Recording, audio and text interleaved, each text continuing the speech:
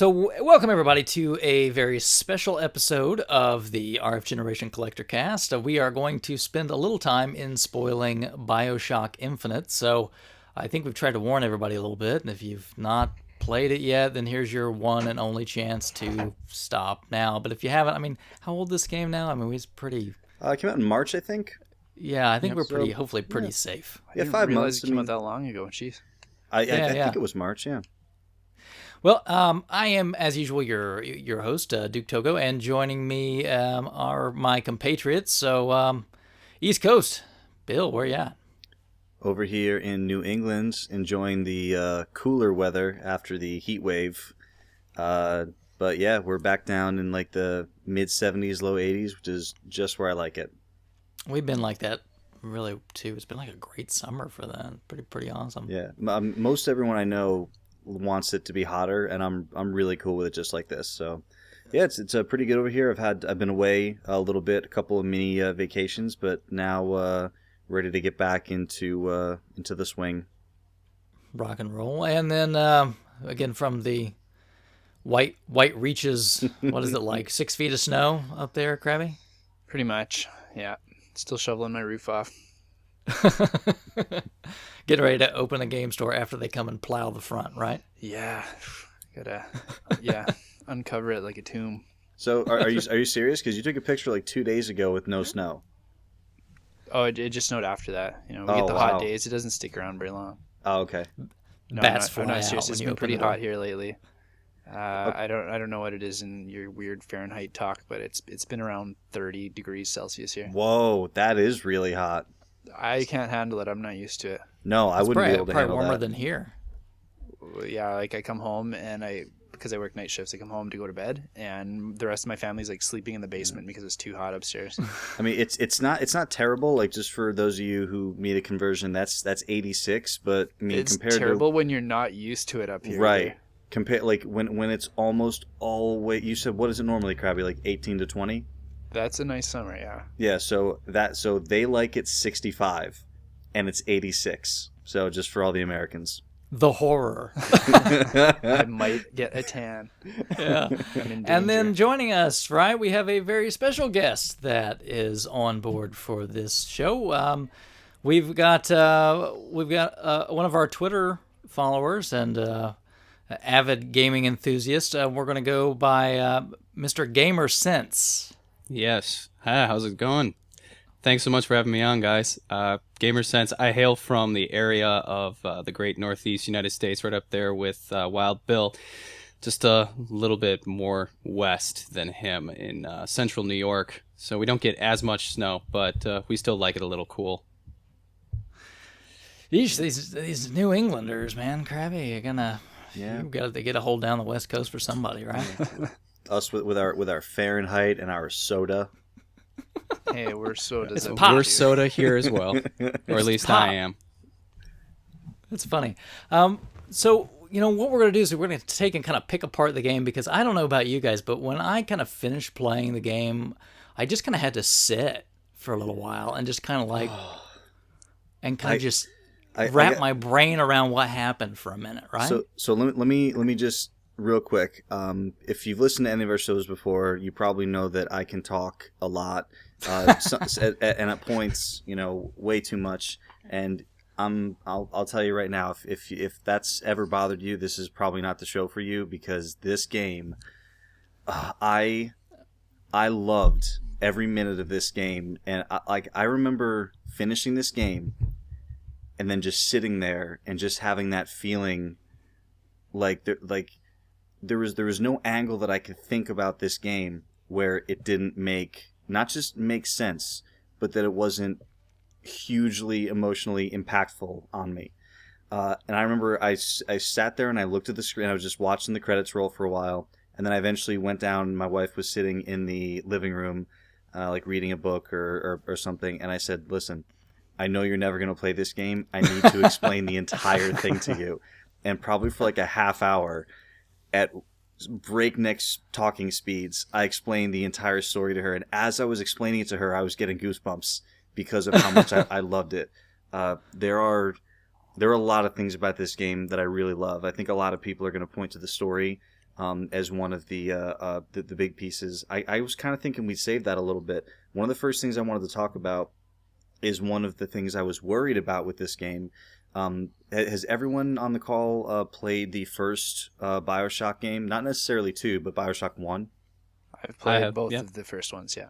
Okay. Absolutely. So just we don't want to make it too much about the original BioShock, but with BioShock 1, I think most people can agree, especially unless you're not a fan of shooters, that it was a very solid and unique game. I don't think it was a terribly good shooter. I actually don't think the shooting in BioShock 1 or 2 is very good at all. One of the things I was really happy with was how much better the shooting overall was in Infinite. Like the sound of the guns, the feel, like they actually felt like they had power to them. You felt like the bullets you were shooting had impact. They didn't sound, I did kinda not get hollow. that at all. I felt Really? it felt identical to the first one.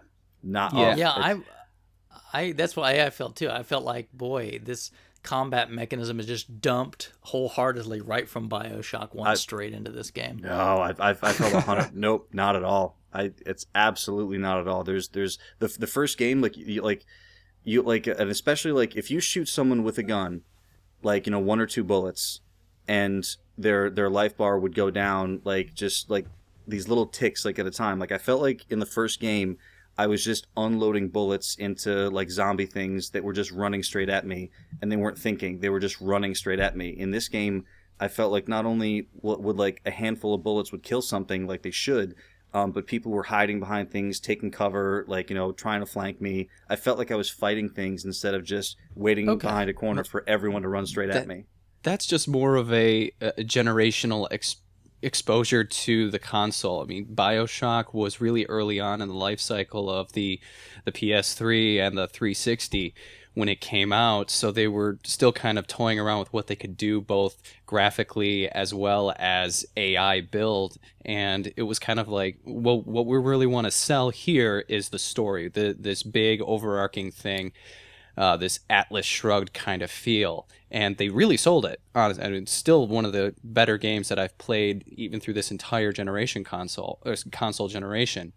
But with Infinite, they were able to say, here's what we know we can do with it. We can have a much better graphics engine. We can have a much better AI. And then we can also apply that to our love of telling a story and telling a theme, which is why I really loved BioShock Infinite so much more than the original BioShock, and certainly a lot more than BioShock 2. Now here, let me give you my perspective for a minute coming into this game, because I've been playing a pretty healthy diet of some shooters and some of the third-person action and some of that for a little while this year. And the first thing that I came in when I started playing this, it felt to me so clunky because it seemed like there really should have been a cover mechanic. And at this day and age, with these shooters, to really not even try to have that or address that, it made it feel to me ancient. It made it feel like BioShock 1, right? Where it's almost like a Doom style, I have to strafe to dodge anything. I really don't have any other choice in the matter. So real quick, so just compare it to a couple of games where you enjoyed the cover system. Okay, like right before I played this, I finished up Deus Ex. Okay. And Deus Ex mechanically is not a fantastic game by any stretch of the imagination, but it had a really good cover system. And then before that, I had played through all 3 Mass Effects. And by the time you get to Mass Effect 3, you had a really good cover system. Right. That was kind of in place. I hear what you're saying, and in general, I also enjoy cover systems.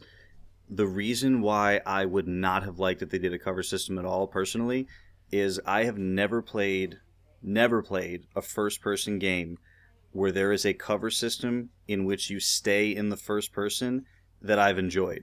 I feel like they in the recent Dishonored, if anyone's played it, it's a stealth game, and it's never leaves the first-person view. There is a cover mechanic where you can kind of lean around corners and things, and I just feel like those all feel clunky. In Deus Ex, it works because you, even if you're in the first person, you move to the third person when you're in that cover system for the stealth. Which I'm happy with. It's fine. Right. The only problem I have with that, and Fleech on RFGen asked a really good question on Twitter one day.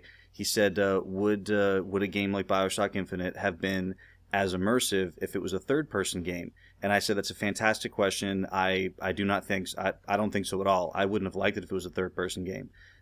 His argument was, I mean, if you're going to hear the character that you're playing as voice, isn't that the same amount of losing that immersion as if you saw a third person of him? And I said, to me, it doesn't. Like, hearing the voice of the character who I'm playing doesn't take me out of that character. Pulling out of that character's head and seeing the character would. I get what you're saying. I never found myself wanting a cover mechanic. From my perspective, kind of like Fleech is someone who's not super familiar with first-person shooters. I've never felt immersed in BioShock. I don't know if it's just because I have that lack of focus, not being super familiar, so I'm missing little cues here and there, or maybe it's because I'm forced to make decisions I wouldn't personally make, so I don't feel like I am that first person. Mm-hmm. But I've never felt really immersed in these worlds like you have. I've never felt more immersed in a world than in BioShock Infinite. I'm not sure. It's really hard to put a finger on what does it for me, but whether it's just like it's the only game I play where, like, if I'm playing anything else like Mass Effect, like Half-Life, doesn't matter, and I walk into an area. You'll look around the environment, you see what things look like, and then you keep playing. Like, BioShock's the only game I play where every single time I walk into a new area, and they kind of pace the game this way too. Like, you very rarely walk into a new area and then a billion guys to fight pop out. You usually walk into an area and then you kind of get to look around a little bit. You maybe have a chat with Elizabeth. You talk about the guys who run this area. You maybe I just look for the glowing furniture so I can rate it. Trash cans. Trash cans. Yeah, so I mean but that's the thing. Like, I care so much about that world and about that story. I'm not even thinking about the trash can until I see it, and then I'm like, oh, maybe I should get some ammo because it's about to get real. And I think the thing that draws me in about the BioShock games, and the reason I think I feel differently about this than you do, is that, to me, it's not Booker that I become attached to, or Jack that I become attached to. Mm-hmm. It's the world. Absolutely. That draws me in. And I don't really... It wouldn't matter to me if I'm in that world in first person or third person or a combination of both. It's the world that does it, not my character. Because he's pretty boring, honestly. Boring character. That's an interesting point. I mean, the world of Columbia is the most interesting character in the game. I still don't feel like I would have been as into it if it would pull back and show me the person. And that's just me, though. I feel like that's kind of a splitting hairs thing. Well, let's let our guest chime in here. Well, I was going to say I agree completely with Bill on this one, that the whole idea of the BioShock series is to experience the world around you and kind of take it in as if you are there witnessing all the chaos, all the stupidity of the politics and what have you. If you were to pull away from it, then it's quite literally you're being pulled from that world. Now you're nothing but a person viewing someone in that world.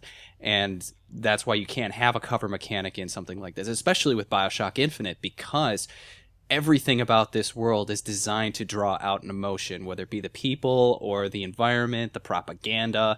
Everything about it is needed to be experienced. And if you were to get literally pulled out via a camera just to see the backside of Booker or the side of Booker, then you would feel that disconnect, that separation that Ken Levine and his guys had worked so hard to build. And like I said, I completely agree with Bill on that one. It just would be an unnecessary thing to have. Not every game needs to be like every other game with the cover mechanic.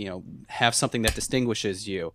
Stick with the idea of, well, maybe it is a little old school to strafe and dodge and hide behind a pillar, but not every game needs to have an open world. It can be linear, or not every game needs to have a cover mechanic, because then where's the differentiation between your games? You got to have something that makes it stand out. And in BioShock, it's the fact that there is no cover. You have to dodge things. It takes skill to dodge this stuff, to time it correctly. And then also it's the story as well. That's their biggest driver. So I understand the idea of wanting to have that cover mechanic because it makes the fluidity of the action go a little bit more, but at the same time, it helps distinguish BioShock as a shooter amongst other ones out there. I have to disagree personally with the first person versus third here again, because I feel like in the first person, I'm supposed to be embodying this character like myself, but he doesn't act in the way that I think any normal person would. Whereas if it was in a third person view for a majority of the show, or even just maybe just a little bit of it, I can understand more that I'm following this character's story, and then I can enjoy it more. I can be immersed more because I understand it's not me. It's not supposed to be me. It's supposed to be Booker. Whereas in first person, I feel like it's supposed to be a reflection of me, and I don't feel like it hits that at all. Right. So two things I want to hit on because there's good stuff on both of you guys. So the first thing I'll go with Krabby first. So this is something I've been thinking about a lot lately. Actually, is especially like in games like Mass Effect and Dragon Age where you have to make choices. And a lot of times those choices are not just black and white. They have a lot of gray areas to them. So you really have to think about, what's going to happen with this choice. I've always found it really hard to make choices, to play as a character or make choices that I wouldn't make if it was myself. But then I've been thinking about this a lot lately, and I feel like there are some games that that you are the character. That you're playing as you, like in Half-Life. You're Gordon Freeman, but he's silent, and you're playing that character yourself. So you're role playing to a certain or sorry, not role playing. You're playing yourself. In a game like BioShock, where they give you a character, it's almost like you're at this point. So now you're not being yourself anymore. Now you're role playing. So now you're an actor in a part. So let's say if you're an actor playing playing a part in a gangster movie. When it's time to do the scene, okay, you're a gangster. Like, you need to make this decision as if you were a gangster going into, whatever the scene you're doing. So I agree completely, and that makes sense. Maybe then, in that case, I just didn't find Booker to be a compelling character to put myself into. I'll totally give you that.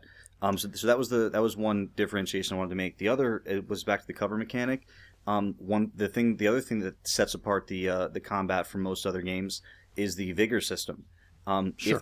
If there was a cover mechanic, so let's say you're hiding behind cover, so you're totally safe, you can't be hit, you can just pop out and hit a few guys with a few bullets, pop back into cover, you're totally safe. Go out, pop a few guys. It almost takes the thrill of that entire vigor system away, as opposed to on the fly with the however you're playing, PC, gamepad, whatever. You choose your your what's the one possession. So you get the Gatling gun, and then you switch to Murder of Crows, and now you're running through this chaotic scene of a possessed turret taking care of a couple of guys, and you're throwing your magic crows at the other. Like the kinds of scenes that you can create with the vigors. If you put a cover mechanic into that, it almost is the game telling you, don't use all these crazy powers we're giving you. Just hide and cover until you can get a few safe shots off. With the exception of a few of the vigors, like the possession, how is the vigors any different than just like dual wielding guns in any other first-person shooter? Because you're still just shooting a couple of bullets out of a couple of guns. But if they're different guns, you need a different ammo. So you've got vigor. It's like a second gun, a second kind of ammo.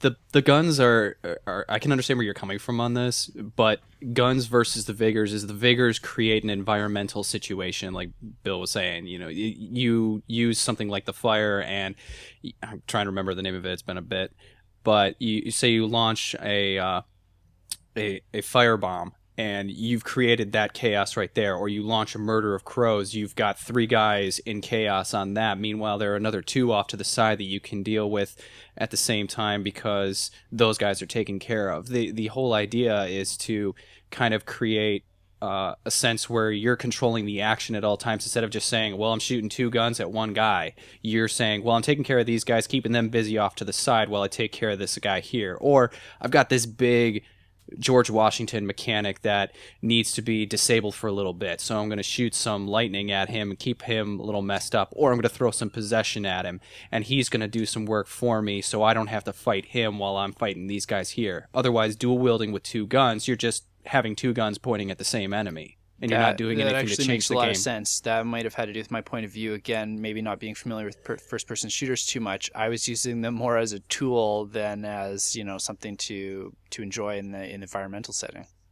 Right. I would just use like the murder of crows. That's like stun to me. Okay, great. I stunned him. Now I can shoot him. Like I didn't appreciate all the mayhem and the confusion that they were creating, I guess. I didn't the first time I played through the first BioShock, I remember like I didn't use the I'm blanking on what they were called there, man. But I didn't use any of those abilities at all. I would just kind of, shoot everybody with electricity and then hit them with a wrench because that's what the game taught me to do. And then I remember watching someone else play it, and they were setting traps, and they were setting mines, and then they were, lighting things on fire, and then just watching, and not just watching the chaos, but you would start some chaos, and then you would use it to your advantage, like because, and it goes back to how good the AI is. If you set some traps, and then you set up like a firebomb, guys just don't take damage and then look at you and fire at you. They start taking damage and then they start screaming because they're on fire, and then you can take advantage of that confusion. So I guess as far as crabbing not being as familiar, or, any person who's not not even as familiar, but not as experienced with this type of game, I guess the game could have done a little bit better job walking you through some of the possibilities. But I guess they just left that to you to, okay, here's all the tools, figure out how to use it in the environment. Yeah, they want you to come up with that stuff on your own, I guess. I know I've mentioned it off air before, but I have found all three of the games overwhelming for someone like myself. Like I'm missing tons of nuance to these games, and I know that I am while I'm playing them. Okay, I want to talk a little bit about, since we're already talking about vigors and plasmids, which were just the original BioShock's version of this thing. First off, the part that I felt really disappointed about in BioShock Infinite was that in the original BioShock and BioShock 2, plasmids really fit very well into the world. And really, I mean, you had the splicers, you understood plasmids were a part of everything and how everything went crazy and out of touch. And in this game, vigors almost seem like they've been added in just because it's a BioShock game. You don't really see hardly any of the citizens use them. They're really almost somewhere like some afterthought. Right. Well, so here's the reason why, or at least my interpretation of why you don't see the citizens using them. They are brand new. No. Okay, go look at the timeline. No. Like, I'm not talking about like when you look at a wiki page. I'm talking about in the context of the game. When I walk into this game, there is almost like a World Fair type thing going. Yeah, and they're showing all these things off. So to me, I know there's a timeline that they're that they're shoehorned into, but to me, the narrative says to me that these things are new. But you get the information in the game that tells you that, these have been around for a while. They're not brand new. And like when you kill guys, they've got the bottles on them half the time. Yeah. Right. And they just don't use them. They just don't. I mean, the only ones that use them, you have the fire guy, right? The firemen. Yeah, the firemen, and that's it. Who I thought, well, if we can get away from like the mechanics for just 2 seconds, I thought that the introduction of most of these characters were done very well. I thought the first fireman that you see, he gets a short introduction. Like you're going through. You've killed, like when you watch an action movie and some guy will kill like 30 guys, and then like 30 more guys come in. Like, aren't you guys afraid that the first 30 guys just died? So in this game. So in this game, you like the first, so you're at the the raffle, which okay. Well, let's hold on a second. Okay. I kind of want to take the game a little bit piece by piece in a minute, so I don't want to jump around too awfully much. Okay. So can we table that part for a minute and just talk about mechanics again for a little bit? Okay. So you're still on vigors. Yeah. And why no one's using the salt? Yeah, I'm completely with Duke on this one. I think. It seemed like they really just didn't fit, other than they really wanted this to be a BioShock game. It didn't. I mean, it didn't occur to me while playing, and it didn't take me out of it at all. Yeah, honestly, I'd never really thought about that until this moment where, they kind of, you're right, they do kind of exist just for the sake of saying, we're going to give Booker some powers to have and some enemies to fight, and people who are going to have these drops just so he can keep using these vigors or these salts. Yeah, honestly, it doesn't make sense that they're going to have this, because they have these superpowered protectors in the mechanical presidents. Right, Why would right. they need the vigors to defend themselves? When they even And- have the police to do it too. And the world's set up like they're expected part of it, because there's like the salt machines and the vending machines that upgrade Yeah. them, and so they're part of it, but no one's using them other than you. Yeah, it's really I hear what you're disconnected. saying. It makes sense.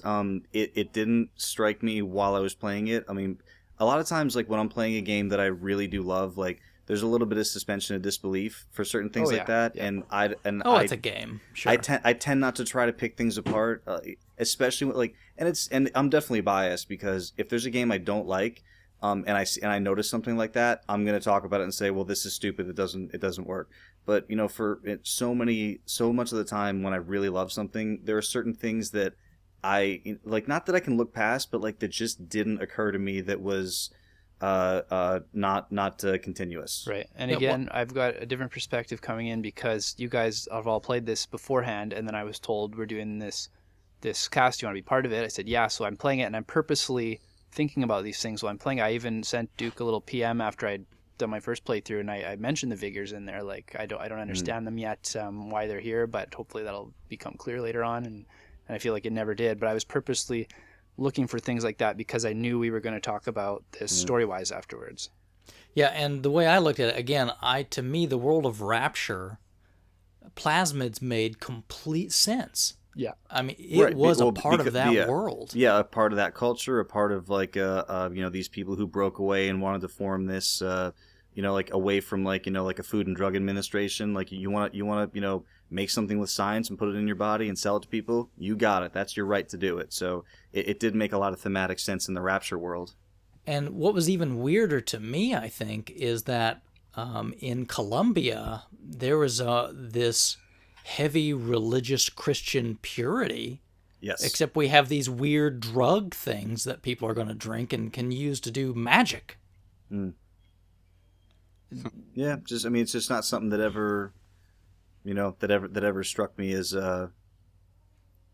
I was always waiting. I kept waiting, like you said, after that fair, which we'll get to Yeah. that in a second. But I just always kept waiting. Like, when is it going to explain to me? When is the curtain going to come back? When am I going to figure out? Oh, this is why this is Right. going on, or this is, and it just never happened.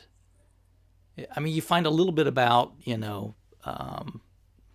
the company and the guy that runs the company that makes these things, but by and large, maybe they plan that for DLC or something. I don't know, but it seems strange to me that it was missing.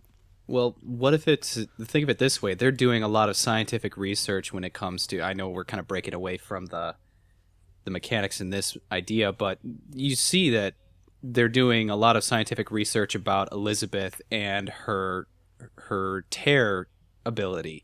And if that's the case, and there's such a pious, at least in the traditional stereotype of people who are very religiously pious, they wouldn't try to understand her. They would eliminate her via the Salem witch trials kind of thing. She's a witch, she's against God, and we're not going to study her. We don't want to know about this evil or this affront against religion. And so they would probably... So that whole idea would probably apply into, there's this secret behind the scenes idea of the vigors. However, it brings us back to, why are these being advertised out to the streets with the people, though? So Yeah, and kind of coming back to Elizabeth, like you're talking about, to me, see, that almost made sense, right? And because there was this weird stuff, they had to hide her away and call her kind of the lamb, and kind of put her into like a religious point, right? But she's separated from the people, so no one can see this stuff happening. Yeah.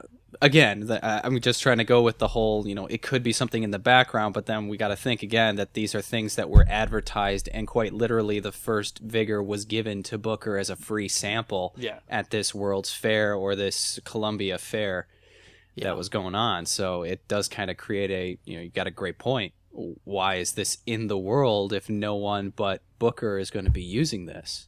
Yeah. Now, To me, that was the one glaring problem. Did any of you guys collect all the voice recordings? Yes. I got most of them, but not all of them. So even in Most. those, it didn't fill that out anymore. It kind of talks very briefly about their creation, and that fact, the guy, I can't, his name escapes, starts with an F. Fink. Yeah. That starts the factory. So he's the one behind all of this, but it never really goes to me too deep into the why is this happening. I mean, it just kind of talks about, he created these and et cetera, sort of thing, like a backstory, like a history of Fink and his company. But anyway, okay, so those are mechanics. We've kind of broken down the game itself. So let's talk, probably what we're going to spend way too much time picking this thing apart, but the story itself, right? So, the game opens up and you're on a rowboat and there's these two people chit-chatting while they're rowing you at sea, right? Yep. And they have this little conversation that's going on, a little back and forth. Doesn't seem to make too awfully much sense, but the parts that really stuck out to me were, like first off, they give you your little thing. They're like, here, this is yours, right? So that's got like your little code to get to Colombia. And then the other thing that really struck me when they were talking, and they were talking about rowing, and they were kind of griping about rowing or whatnot, and they said, well, why doesn't he row? And one of them says he never rows. Yep. Right? And did you guys catch that the first time? There's I a remember lot. hearing it, but yeah, I didn't. Yeah, there's a lot of things that I didn't catch the first time that once I finished it, and I said like on Facebook or something that I finished it, a handful of my friends said, go back and play the first hour and just look at how much everything makes more sense. And that was one of the first things that struck me. The thing that struck me the most was the first Vox recording that I heard from Father Comstock, where he says something that at first just sounds like religious, standard religious stuff, and then you have to stop and think about it. So he says, one man goes into the waters of baptism, and another man comes out. And I got goosebumps just now when I said it, because when you apply that to the multiple universes and like how there was a tear in when Booker both chose to be baptized and to not be baptized, and that sets off yet another universe. There's so many things, and I think the thing that a lot of people point to is the coin toss as well. Yeah, and let's kind of break this into pieces and not try to dump too much all at once. So you have the boat ride. So again, does anybody besides me, I guess, anybody else kind of kept a catch on that? Because right at the front, that caught me when they said he never rows. It didn't catch me the first time, no. I was kind of curious about why they were bringing it up, because Right. suddenly we had jumped there in the boat, and they're handing a box, and they're going back and forth on this, and then they bring me into this, and I'm going, why are they asking me about me never rowing? Am I supposed to be someone of importance, and they're showing disdain for this, or is this something figurative that they're talking about? And obviously, if you play through the game, it ends up being something a little bit more, oh, geez, thanks for that punch in the face. Okay. Right, but even in that boat ride, they barely even address that you're even there. You don't see their faces at all in that boat ride. Right. Which struck me as kind of, again, they didn't, obviously they don't want to give you much at the beginning, right? They don't want to give you much at the beginning. So you get off, the boat, and you go up the dock, and you get to the lighthouse, right? And did anybody else go, okay, hey, it's BioShock, here's a lighthouse? Well, yeah. Of course, yeah. That's been a kind of a stamp of BioShock for a long time. Right. But here's one of the first things, and maybe somebody else can help me out with this one, but on the door, right, is the note, Bring the girl, clean the debt. right, yeah, wipe away the debt, all that stuff, right? Why was that posted on the door? I don't think that was. I'm trying to remember. Wasn't that the one that was Yeah, there's posted a piece on the of mirror? paper. No, you But open the- up the the- door and it's still on the outside of the door. I remember going Yeah, back to right. read it because I didn't see it the first time. Yeah. I thought there were two of them, that there was a different note that was on the door, but the wipe away the debt one was on a mirror. No, there's Right. another note on the mirror about everyone dying or something, written in like blood. Do you mean right? Yes. Yeah, the note on the door. So the only thing I can think of is that the Letices put that note on the door. as kind of like another way to signal to him, this is what you're supposed to do. Nudge him in the right direction type thing. Well, to nudge his mind in the right direction to create this whole story. Scrambled. Right. So that's my only thought, because they don't really explain that. My only guess is that the Luteces put that on the door, unless you guys have any other thoughts on that. No, I would say that's the best way, because they've created this whole scene with the guy who's off to the right, stabbed through I believe he's stabbed through the chest, and he's got the bag over his head to kind of make it look like he owes some big mafia people to help along his development of this story that he's creating to try to have his mind come to a standing point. So they staple it to the door saying, bring us the girl and wipe away the debt, or this is going to be you, this guy here. No, and it says he's coming, right? Yeah. Maybe you guys can explain this to me, or maybe it'll just come out further on down the conversation, but I don't really understand why the Luteces would have much interest in Booker. Okay. Why would they want to even nudge him if they were the ones who are nudging him in that direction? I think later I could address that. Okay. Yes. Okay, so maybe we can come back around. I think we'll probably hit it, at least in my mind. And yes, no, we will. It's late in the story because Robert and Rosalind are working for Father Comstock, right. and those circumstances change. Right, exactly.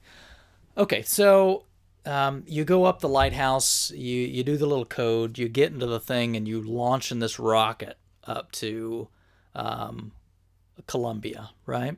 And I had, obviously this is a game, but a part of me goes, all right, they didn't have rockets in 1914 or whatever, right? But then again, they didn't have cities floating in the sky cities, in 1900. That's part of the supposed to be suspension of disbelief when you're in this world. Yeah, sure. But they don't really explain that to me too. I obviously don't want to. I mean, but that's the only rocket, right? There's no other rockets. Not necessarily, because there's a whole bunch of different universes, right? So some will have different tech than others, right? I don't know. I guess they don't really address. I don't think so. At least in the ones that you deal with, in the realities you deal with, they all seem to be very similar in nature, right? Like even the parts she brings in are all of the same ilk as what's in your world too, right? Just different positions.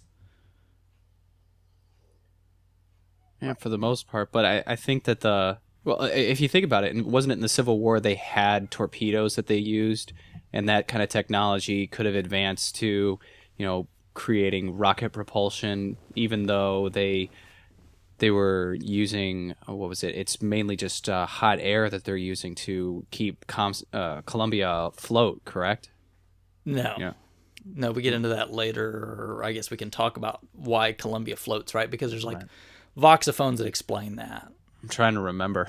Sorry. So the Luteces have basically figured out some quantum physics, different right? kind of matter, right? Right. Right. There's some sort of basically repulsion effect that they've discovered this through their research. Instead of interacting with or repelling from, they found a kind of matter that just kind of suspends itself, doesn't they? And that's kind of the foundation of Columbia. Right. It's really pretty. They don't spend a lot of time on it because, I mean, if you're going to believe a floating city, you just have to go, okay, great, it's a floating city. Yeah.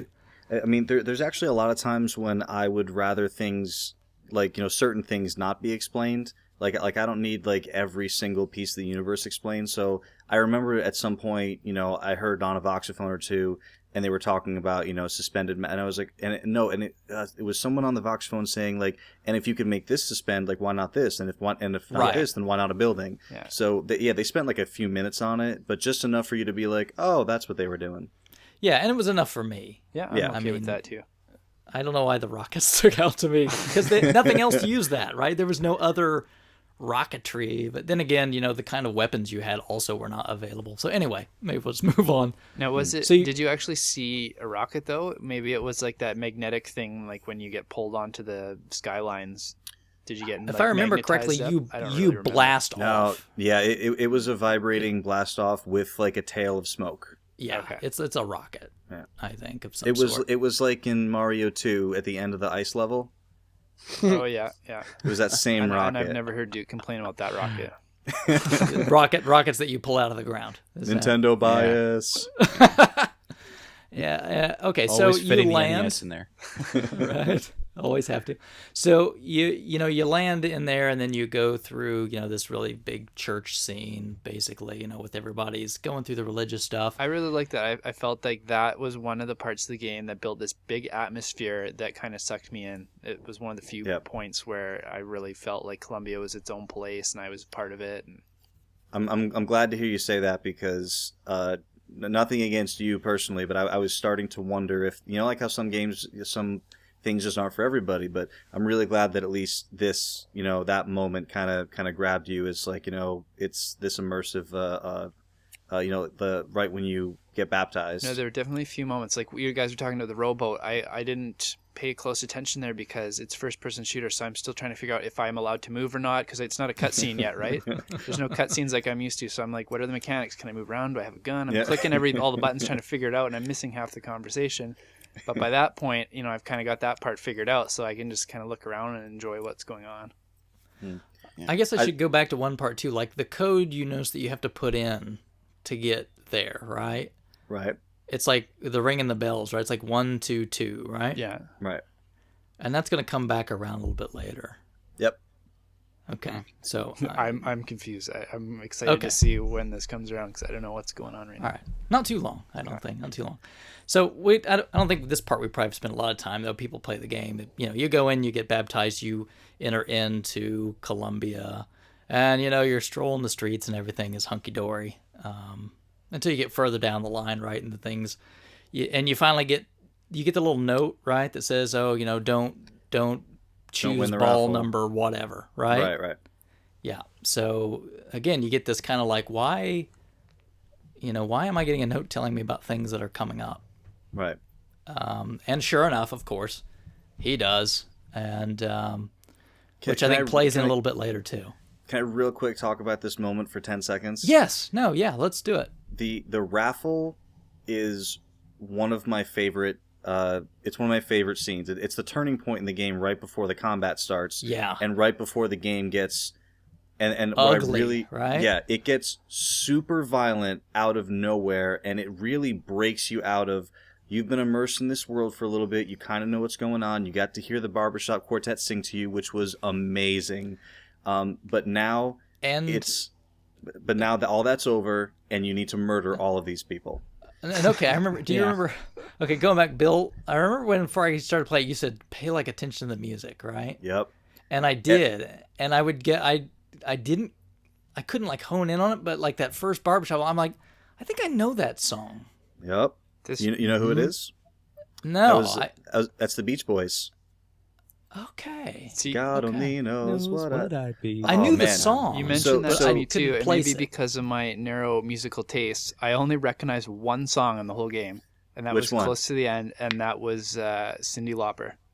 Okay. Well, that's actually they play that song during at the end of the game, like especially towards the credits. But it's played for the first time when you wake up on the beach. I It's totally one of missed those. that. It's one of those pipe machine music. Is that? Yep. Like a big, like it's almost like literally a carousel. that song is done as that. Wow. And And they have the Tears for Fears later. Oh man, right? that's my favorite one in the whole game. Is that Tears? Well, probably between the Tears for Fears and Beach Boys. And did you get without jumping too far ahead? Did you guys catch the Vox phone at the end that explains why that music is in this reality? Yes. I missed that one. I picked up So that one. we will get to that in a little bit. But just sticking with the raffle real quick.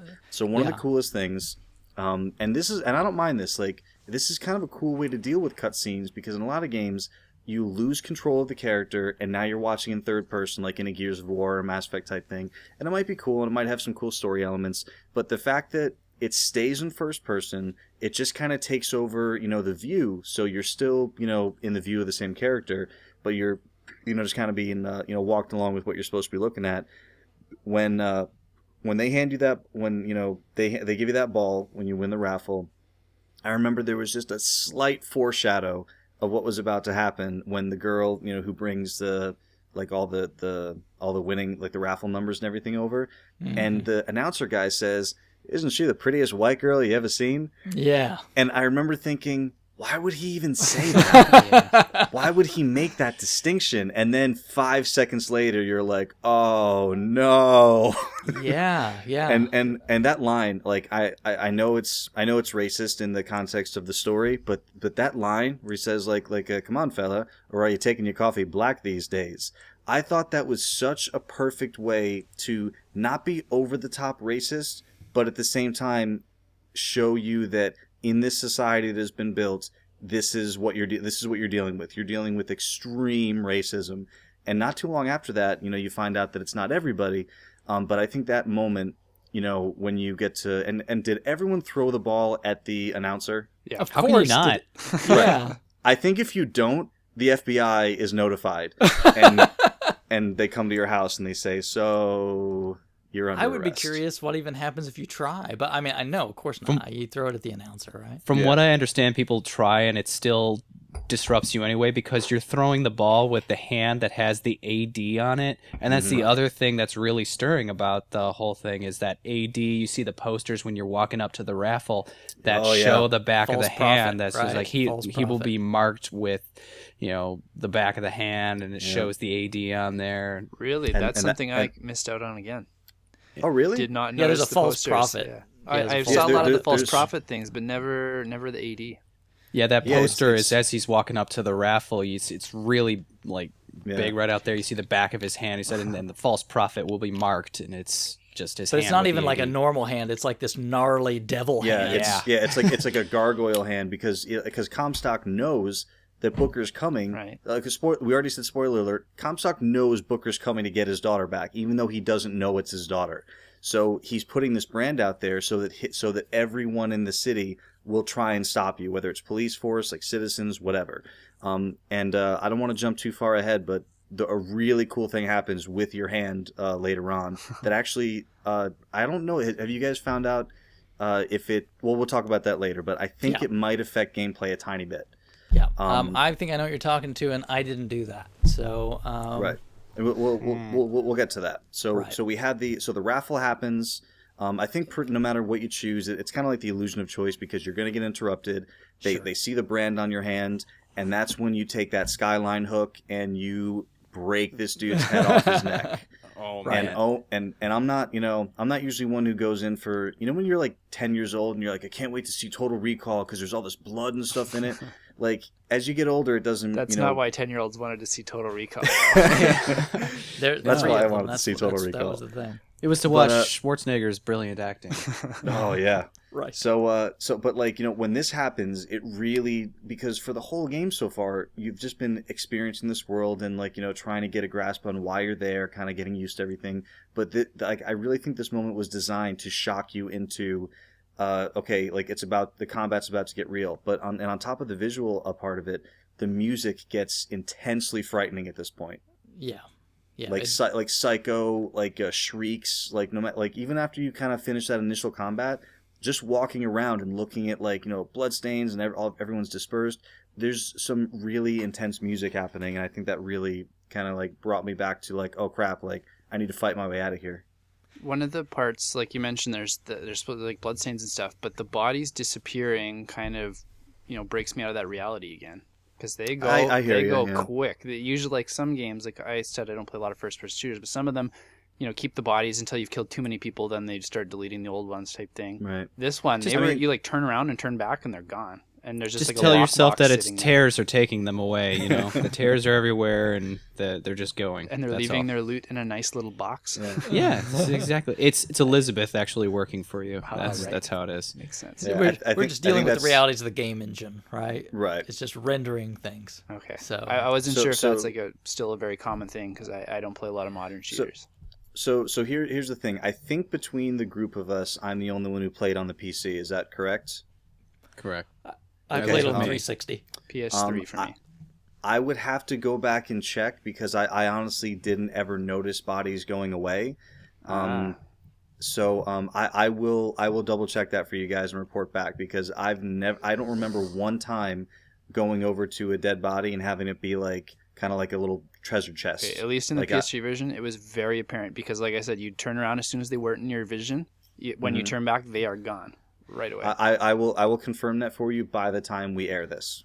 And But in the I don't remember that 360 happening on PC. version, they did. I mean, it wasn't. I don't remember it being quite that quick. But if you had too many dead bodies, you got lock boxes. Okay. Yeah. Yeah, I don't Same remember here. that at all. I could have just been, not paying attention, but I remember every single person I looted was a person, even after you'd kind of like clear a room out. And then after you clear a big room out, you'd go and kind of, collect all the stuff. But I remember it being bodies for almost everybody, but I will double It was check. kind of a little mini game for me if I could get the loot from an actual body. Like I kill them and I'd loot them before they hit the ground because I know they'd be a lockbox if I didn't. And You're- maybe you're that's a so meta. PS3 thing because the 360 it was more kind of like after so many of them, then they would start turning into boxes. Yeah, I would play the Well, 360 yeah. as well, and I didn't notice any of the bodies kind of vanishing unless, like you said, there was a pile up. But I can see how it would definitely break your immersion if suddenly, hey, you turn around, there's no bodies there. Right. I mean, there's not to make this about consoles or fanboys or anything, but there is less usable memory on the PS3. But we'll Yeah, confirm that. and we'll that's see what if it that makes sounds a like. Yeah, difference. it's just hardware limitation there. Yeah. Sure. So, I mean, you go through, I mean, and the rest of the game for a little while is nothing too terribly exciting. I mean, you fight the firemen, and anyway, blah, blah, blah, you eventually... Whoa, you glazed right over the fireman introduction.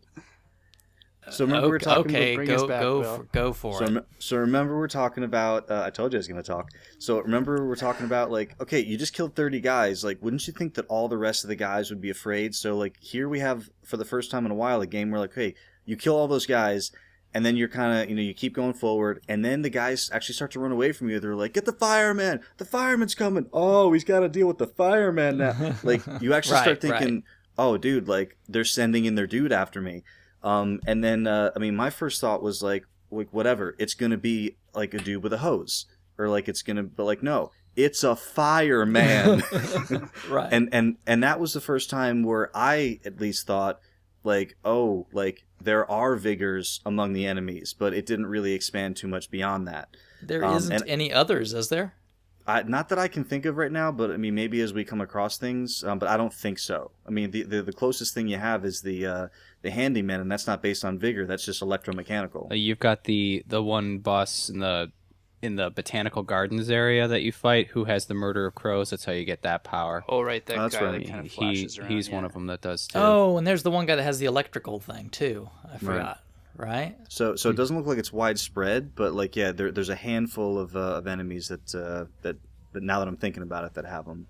But yeah, I thought the introduction of the fireman was great, and it's every time they would show up like later in the game, like I really enjoy being introduced to the enemies in a really really well paced way, and then being given a big environment with a bunch of powers and say, okay, like here's your environment, here's the enemies that are thrown at you, like figure out a way to destroy everything. Yeah. And it does take it took me a little while at least, like with BioShock 1 and 2, to kind of understand, okay, this is how the game is wants me to play it. This is what their intended way is, because for a while I had no idea what I was supposed to be doing and I wasn't really having fun with it, but I kind of stuck with it, and once I realized how the game wants me to play it, when you start using the vigors, I think what happens is when you start collecting salts and you're like, okay, well, I can't pick up this salt because my salt's full. That tells me just psychologically, okay, I should be using vigors more often because I'm finding a ton of salt. Right. And to me, that's what got me starting to use more of my powers more often.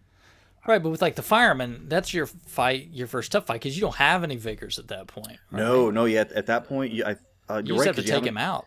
Yeah, you had the haven't come across possession at that point, don't you? Yeah. Right. But you can't use it on the fireman. Right. Well, here's the trick, because there is a turret that you take possession of, and if you continue while leaving the turret possessed, the fireman comes down and the turret can take him, but most people kill the turret before they get to the fireman.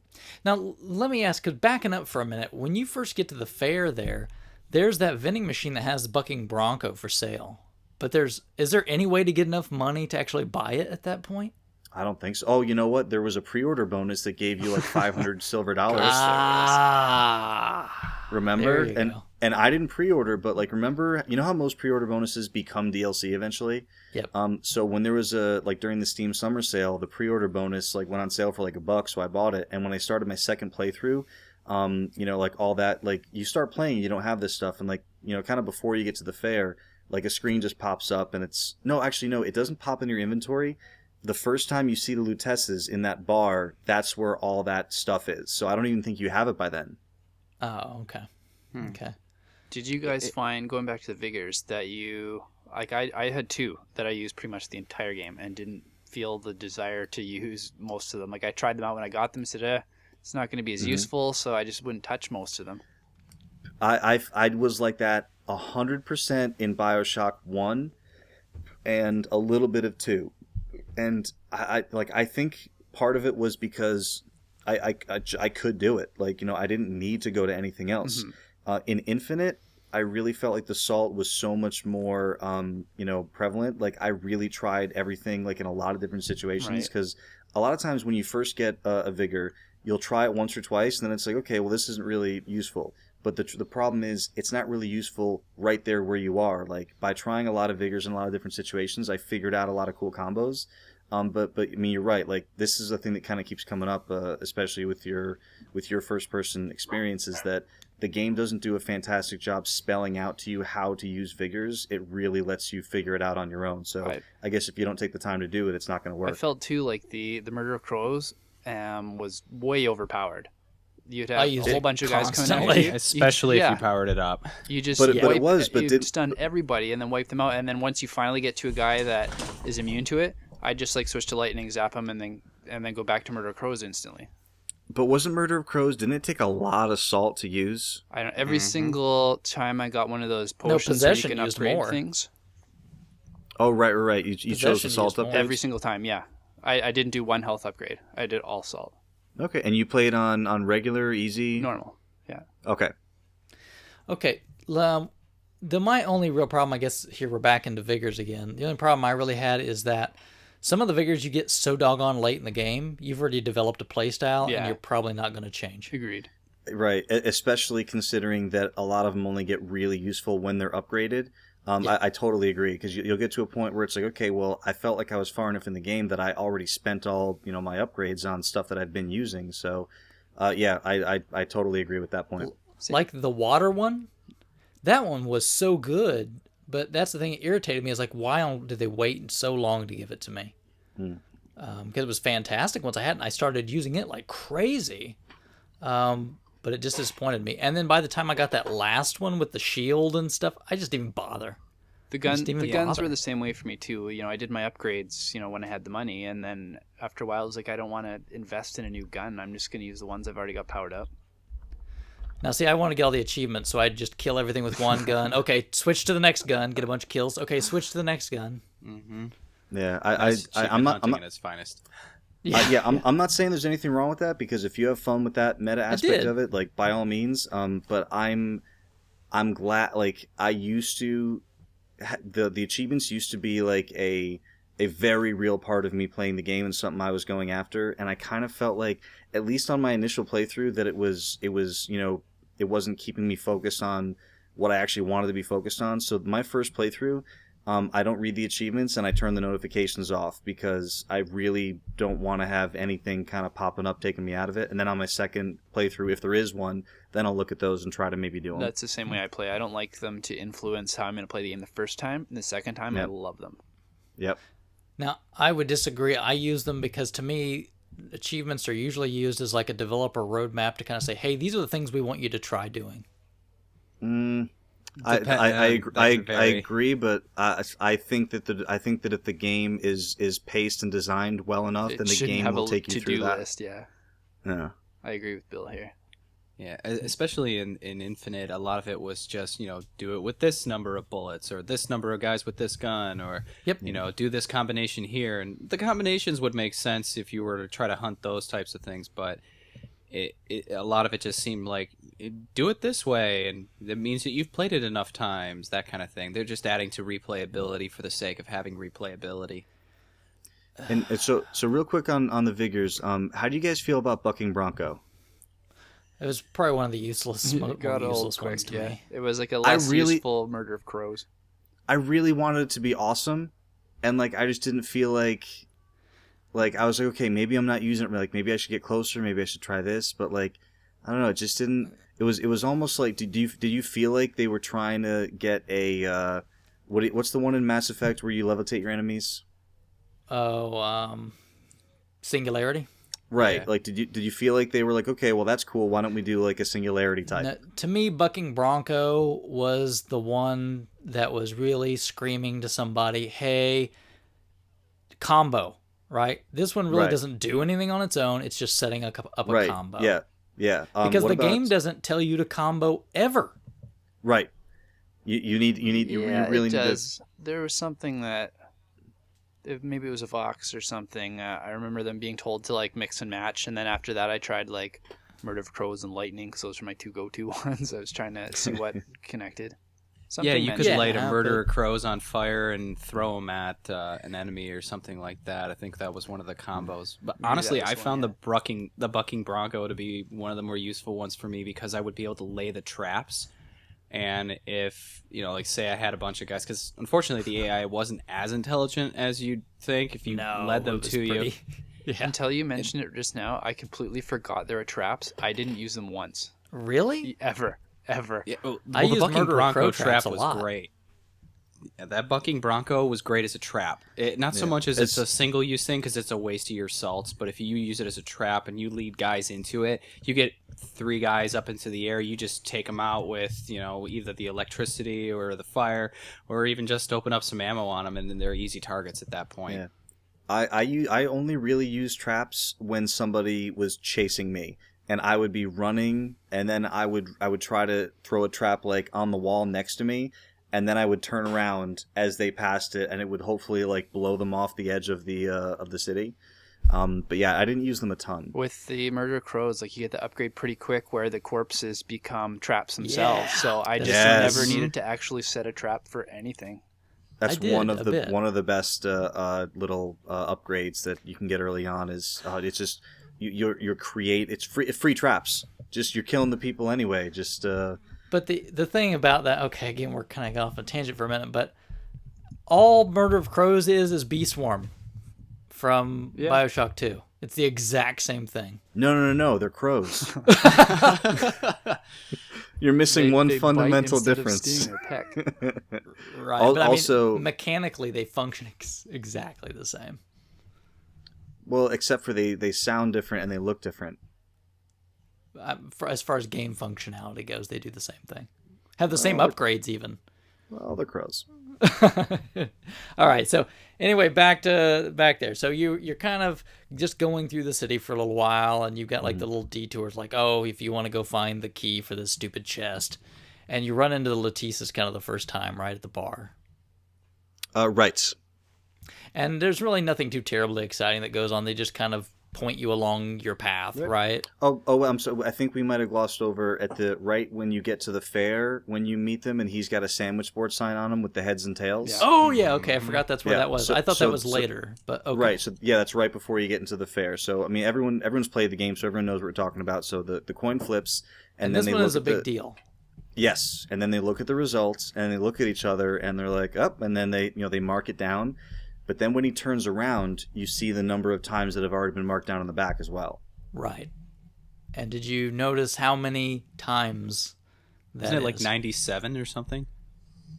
It's like 120, like 120 something. I mean, altogether. Yep, it's a ton. And I think it's like the same as like, it's like the code that you put in to get to the thing is like 122. And I think the number's like right around that, like that same thing. So it's like, is the code just how many times you've done this? And again, we'll get back into this a little bit later, right? Right.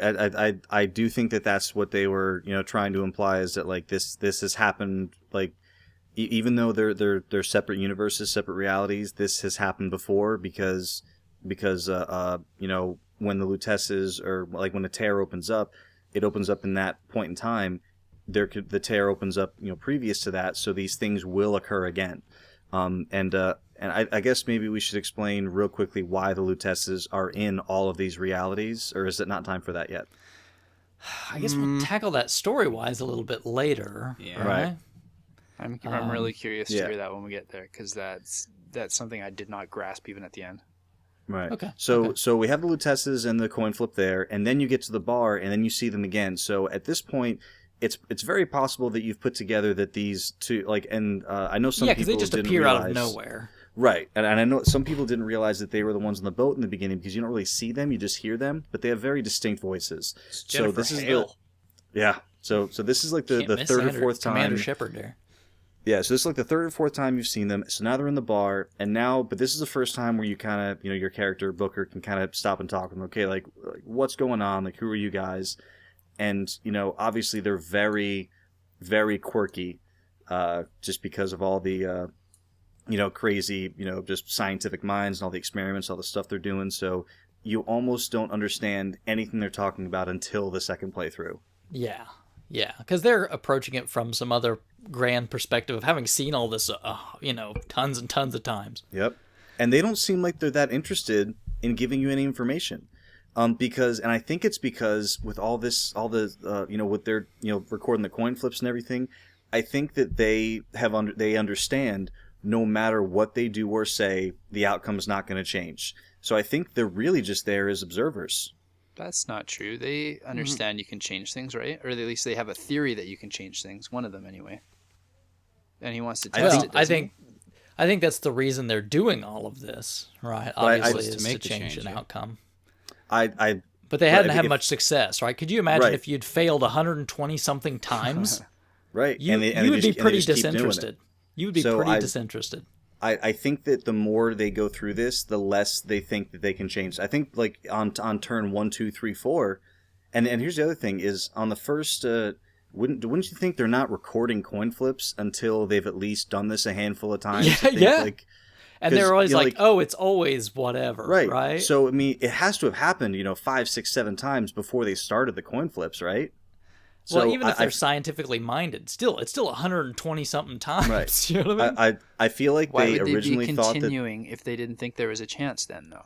Well, I think they do, but I think the reason they're sort of disinterested in the beginning and don't really give you much information is because they've just been doing this over and over and over. I got the feeling that that's exactly how the sister felt, but the brother was more like, this is going to work. I just need to find the right circumstance or something.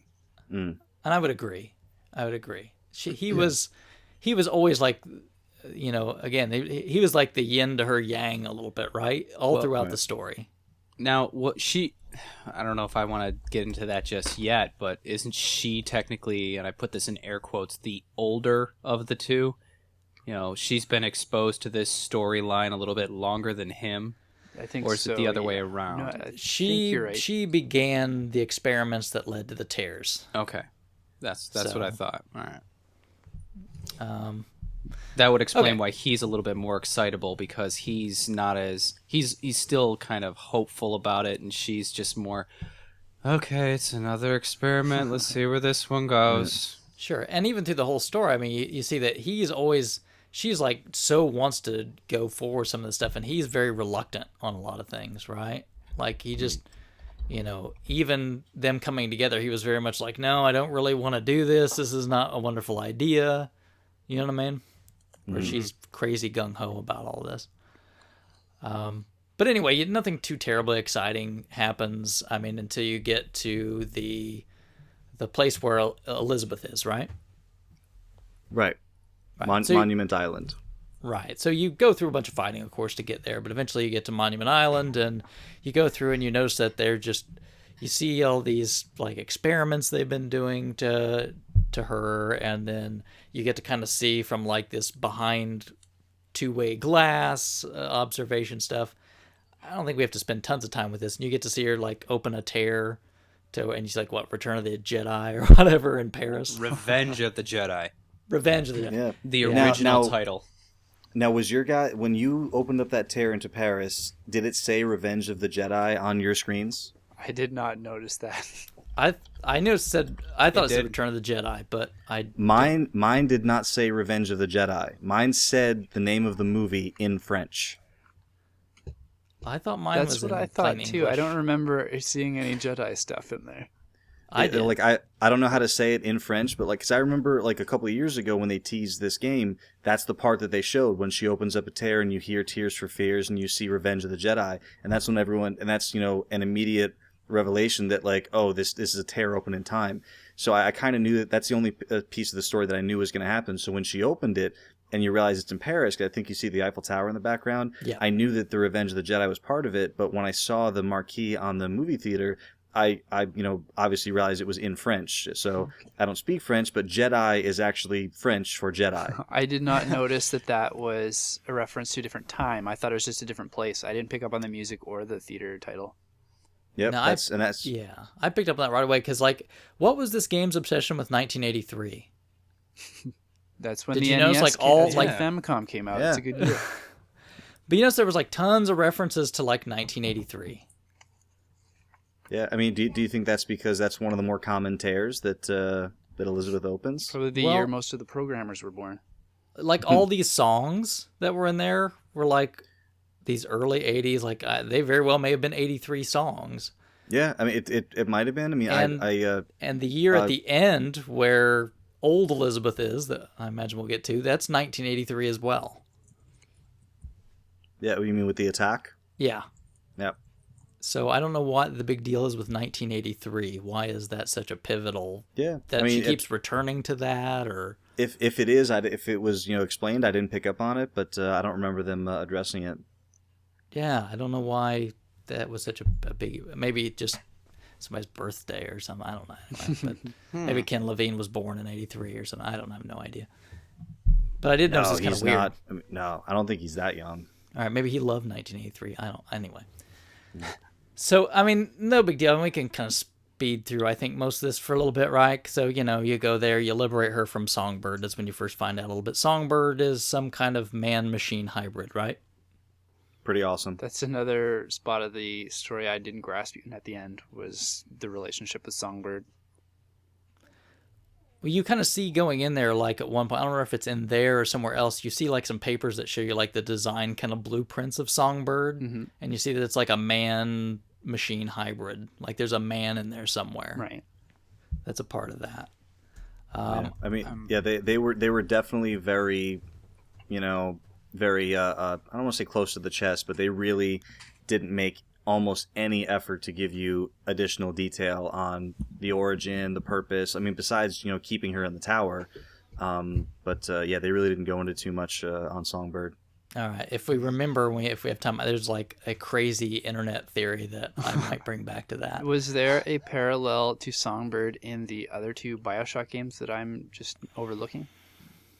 Well, I'll get to that crazy internet theory, I think. Okay, at so some you point. now you're thinking of the same one then. Okay. Okay.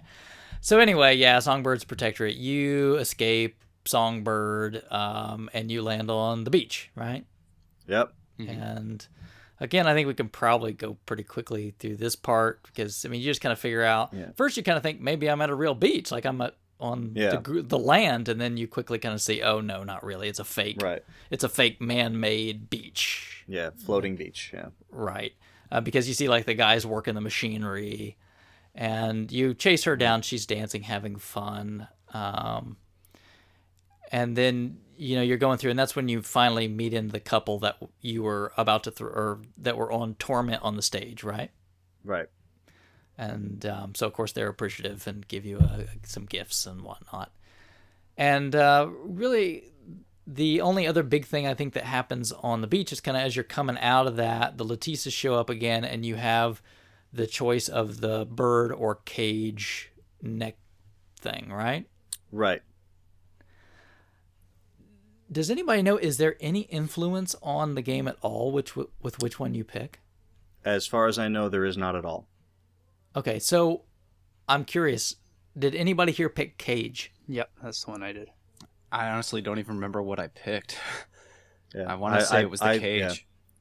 Yeah. I picked bird, and I mainly picked it because, I mean, like, just, I was thinking, this is one of the only times when I was, conscious of, I'm playing a game, I need to make a decision because it's going to affect something later on, even though it seems insignificant.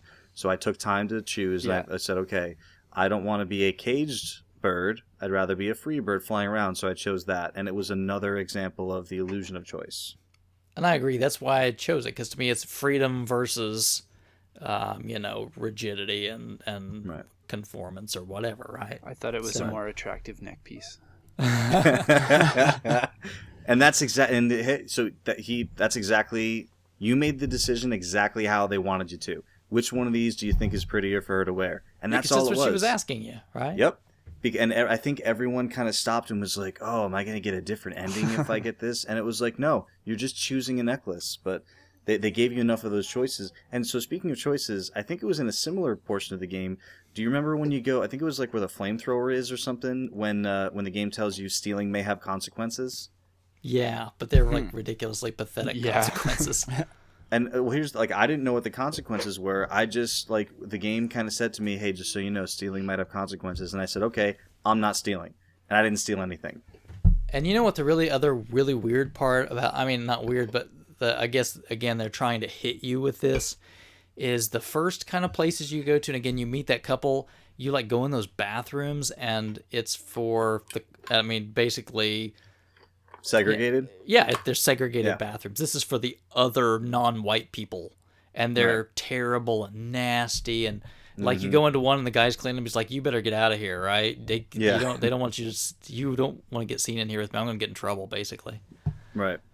And what's even weirder is, like, a little later, right? There's like another guy, and you hear him, and he's cleaning up or something, and he's speaking very intelligently. And then when you come and he notices you, he turns into this old, like, oh, hey, I'm sorry, he plays the role. He flies under the radar. He does what he has to do to not be noticed. Right. The stealing and another thing bugged me too, because I tried really hard not to steal because I was warned of those consequences. And then later in the game, I did it by accident, like 10 times in a row when I was in the slums. I just wanted to pick something up. I didn't realize it belonged to anybody. And then all of a sudden I was getting attacked by like this angry people because I like raided their vending machine they'd kicked over. Yeah, it really doesn't matter. It's just, do you want to fight now or fight later, basically, right? Right. So, okay, so you're going in and you go through, and of course then you see the nice white bathrooms and everything that's there. And so, you obviously see in this world that things are horrible. And then right before you're about to get on the airship, because you keep telling her, okay, yeah, we're going to go to Paris, because at this point you're thinking, whatever, shut up. I just want you to go with me so I can pay off my debt. Exactly, yep. Just got to get her off the island. Right, and he kind of mumbles that to himself at times, right, to kind of get the story moving. Yep, like she'll walk away and he's like, whatever I got to tell her. Right, and at one point she meets somebody she knows. Right before you're about to go into like the ticketing place, remember she meets a lady that she knows, and they have like a little conversation, and then you just kind of follow her. The weird part to me is that seemed to have no consequence. I'm thinking, how does she know this person? She's been locked away in a tower. How do they don't really seem to explain any of that, and then it doesn't seem to matter. Are you talking about when you have the interaction at the ticket counter with the guy that you're trying to buy tickets from? Oh, before. Okay. So in Patriot Hall? I guess you're coming out of the battleship place, right? You're coming up, and right before you go through like these turnstiles, where like you're going to go up to the ticketing place, she meets a friend. And this lady is like a part of like this air crew or something, and they blab back and forth a little bit. That's it. You're on your way. I don't know if I may be having a moment right here, but I don't know if I remember that exactly. I don't remember that either, yeah. Me neither. Okay, anyway, yeah. It was a really minor part, but to me it was kind of odd because I was just thinking, how would they know each other? Yeah. I mean, I'm before that on my second playthrough right now, so I'll keep an eye out for it, but I don't remember that standing out to me. It's pretty inconsequential, and that's the weird part to me, is because it seemed like, why did they even do this? Because I was expecting something to happen, and it didn't. I'll keep an eye out. And then anyway, you go up to the ticket counter, right? And then that's when you kind of get the first, and you hear the guy's like, okay, I got him here. What do you want me to do? And you got the choice of either attack him or just ask roughly for tickets, right? Right. And so what did you guys choose? Tickets, of course. Tickets. Bill? I went after him. I went after him too. I was like, look, forget it. These guys, they know that they're working on my doom. Right.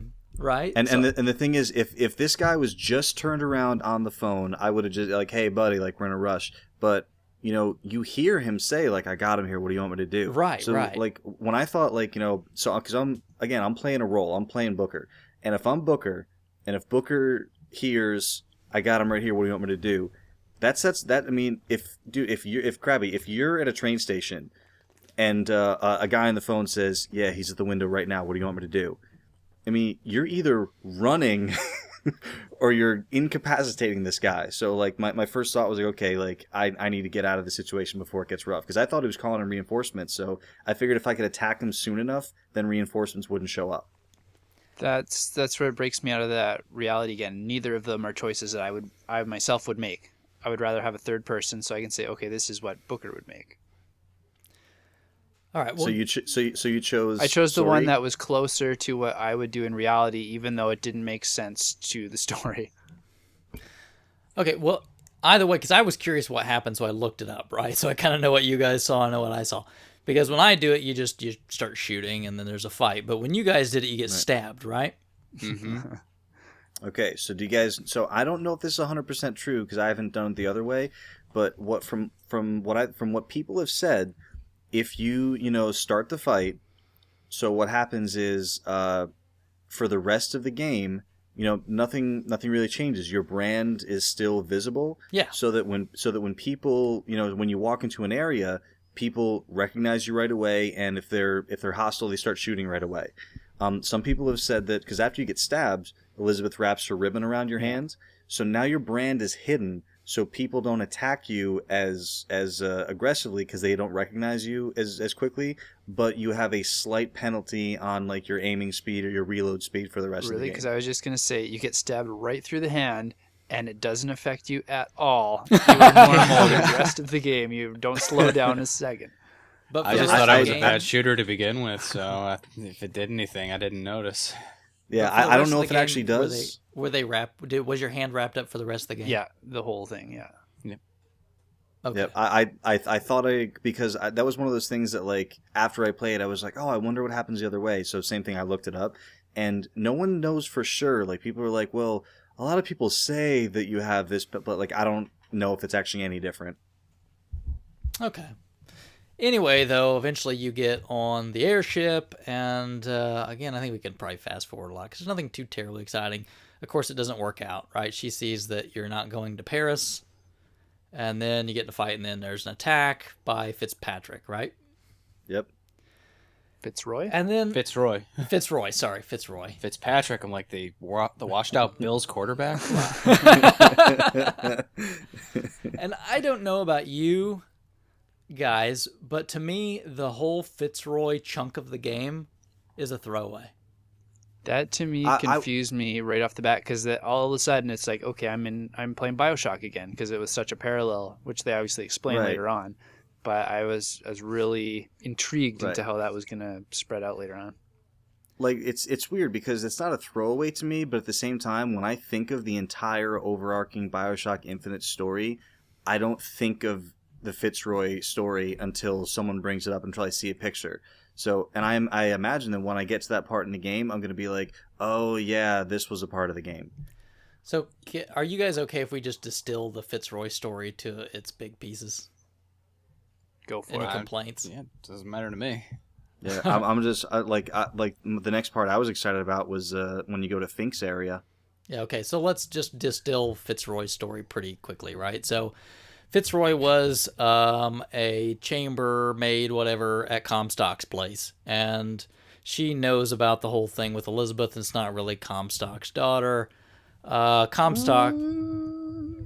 Okay. Maury episode gone wrong. Yeah. So Comstock kills his wife because she's not going to shut up and blames it on Daisy, right? And she is cast out, and so she decides to start this rebellion, the Vox Populi, right? Yep. And really, that whole... I understand why the story was in there because, it makes sense that if the Vox Populi, was a movement, that it should have like an origin and like a leader. But I agree with you that all in all, it didn't really go anywhere beyond that. I think to me, the whole purpose of the entire arc of that, because you go in and you do like the Wounded Knee thing and all that, they do give you some backstory on Booker, and then really it's like, okay, remember that race stuff that we started in the beginning? This is where we want to really make you feel it, because it's all tied into that, right? It's about inequality, racism, classism. It's almost like a diatribe on society, right? And its ills. Did you guys get anything else out of it besides, again, like little plot pieces? Honestly, I just feel it comes up only when somebody brings into the topic of race as an overarching theme for BioShock Infinite. I never really think about that part of it as like the really mind-blowing idea or what was going on. It's just, hey, look, here's something to kind of tide the story over in the meantime. Yeah, here's this monumental amount. And it's huge, right? It's a huge piece Right. of the game. Yeah, it's a big part. So let's distill out a couple of big pieces. So the guy that you were in the Battle of Wounded Knee with, and you have the choice to kill him or save him. What did you guys do? Slade? I saved him. Or I spared him, not saved him. Same here. I spared him. Same. Left him to rot. And I spared him too. Okay, and you see him later. And not because if you played BioShock 1, there were consequences. You had a choice in each of the major areas to either kill or spare the leader in those areas. So like I knew that was a thing they had done before. The reason I spared him had nothing to do with like earlier when you made the Cage of the Bird choice. I was consciously thinking about it in the terms of a video game, whereas this decision, it was just me looking at this guy, old war buddy, kind of got turned the wrong way, and I left him because I didn't think he deserved to die. It was nothing to do with the fact that it was a game. So I had both types of moments. And to me, I looked at it, and went, this guy's beaten, right? Yeah. I mean, there's nothing to gain here. Yep. So same thing. So it was more of a human decision for you. Right. And you see him later on, right? It really didn't work out terribly well for him. So let me make just a quick side point right here. Sure. This is the reason why I don't want to know the achievement list before I play the game. Because if there is an achievement for choose one thing or the other, I don't want that influencing my decision at all. Okay. Can I put in how... When you see those achievement lists, it has like the ones that are regular and then like the hidden ones separated. So if you don't want to see the hidden ones. Right. So yeah, I mean, if it was hidden, that would be a nice thing for the developer to do. I'm just not going to count on that being the case. I liked Heavy Rain for that. Every single achievement in the whole game was hidden because they were all choice related. Yeah, that's cool. So you'd have to go online to find out what they were. Mm-hmm. Okay, so really, because then you have the whole, I mean, you go through the whole thing, you have like the gun maker, right? And because the whole thing about the whole Fitzroy bit is that they want guns for the Vox Populi. Sure. So you go through the whole spiel of trying to get guns, and that's when the tear stuff kind of starts happening, because you get to the first time and it's like, oh, well, we can't really, like, the guy's dead, right? Like, crap, what do we do now? This is kind of when it started getting not confusing for me, but when I started thinking, like, what am I going to do? How am I going to use, how am I going to get this done the right way? Right. So that's the first time when she really opens a tear into a completely different reality than the one you've been in so far in the game, right? Yep. And she even tells you, it's like, look, there's no going back if I do this. And so that's it. You jump into this other reality at that point in time. And that's when you first discover these people that you just killed, but they're not dead. Right? Right. Mm-hmm. But they have these nosebleeds, and they're very confused about what's going on, right? Yep. And did anybody at that point in time, since they saw that, say, hey, wait a minute, back with Slade, I had a nosebleed. Mm-hmm. Oh, absolutely, yeah. That's the first thing I thought No, was... I missed that. Yeah, I started to wonder about the nosebleed when I started seeing these guys getting the nosebleeds themselves. I'm like, the hell? Yeah. So, to me, that's basically the sign in the game that says you're in a dimension that you don't belong in, or this is not your home place, or I guess I'm trying to figure out exactly what it's supposed to mean, and I guess that's not even real. Maybe it's you're dead in one place and not in another. Is that it? Yeah, it's supposed to be when you're right next to a place where you're dead and your brain can't handle it because those guys are dead in the reality we just left, hence why they're in this one. They're all kinds of crazy and bleeding and kind of, what's the word I'm looking for here? Kind of wispy, if you will. Kind of. I was just about to make a Time Cop reference, but I don't want to reference Time Cop in the same Let's please conversation as not. BioShock Yeah, Infinite. Let's please not. But that's one of the things that it made me think of is with the same matter occupying the same or similar space. Like it doesn't work that way. So here's my thing then, kind of, I just want to drop this in now, and why not, is before you meet up with Elizabeth and at any time when she's gone, when you die, you always go back to your house and you have the knocking at the door and you go to the door, right? So, oh, you mean like that flash that I know what you're talking about. Yeah. If Elizabeth is alive and you die, she brings you back. But if Elizabeth's not around, you go back to that scene, you open the door, and then you're back again. Right. So here's my question. To you, is that a flashback, or is that basically the Letitia's going back and getting another Booker? The latter. I'm going to say the Letitia's going back and bringing you in. It just makes more sense on how many times they've tried to pull you through. Or the numbers on the back of the chalkboard, at least to me. And that's what I think too. I don't so when I died in this game, which and I've said before, I'm by no means like a champion player, so I died a little bit. I remember kind of it going dark and then just like kind of being woken up by Elizabeth. I don't remember anything different than that. The only time I ever died, and like I didn't die a lot, I found the game quite easy actually, was she'd like stick a needle in you or something and revive you. If you die when Elizabeth is not around, you wake up in your house, back in that original thing. Your office, you mean, right? Yes. You're in the office, you push the door open on the way out. Right, and the door is being knocked at, and they're saying return the girl and wipe the debt, or whatever. Yep. And it's just knocking over and over, and the only choice you have to do is go open the door. Okay. And so to me, that's saying, okay, here's the whole thing starting all over again with another Booker. Yeah, it sounds like it's right up the alley of what the game's trying to tell story wise. So I'm curious if neither of you saw that. So Bill, you said you're playing again.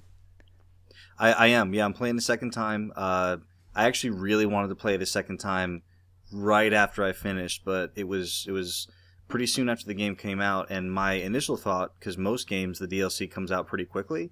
My initial thought was with the season pass that there'd be, DLC coming out. So I said, well, let me wait for the DLC. So now come to find out the only DLC that's out is kind of like a challenge pack.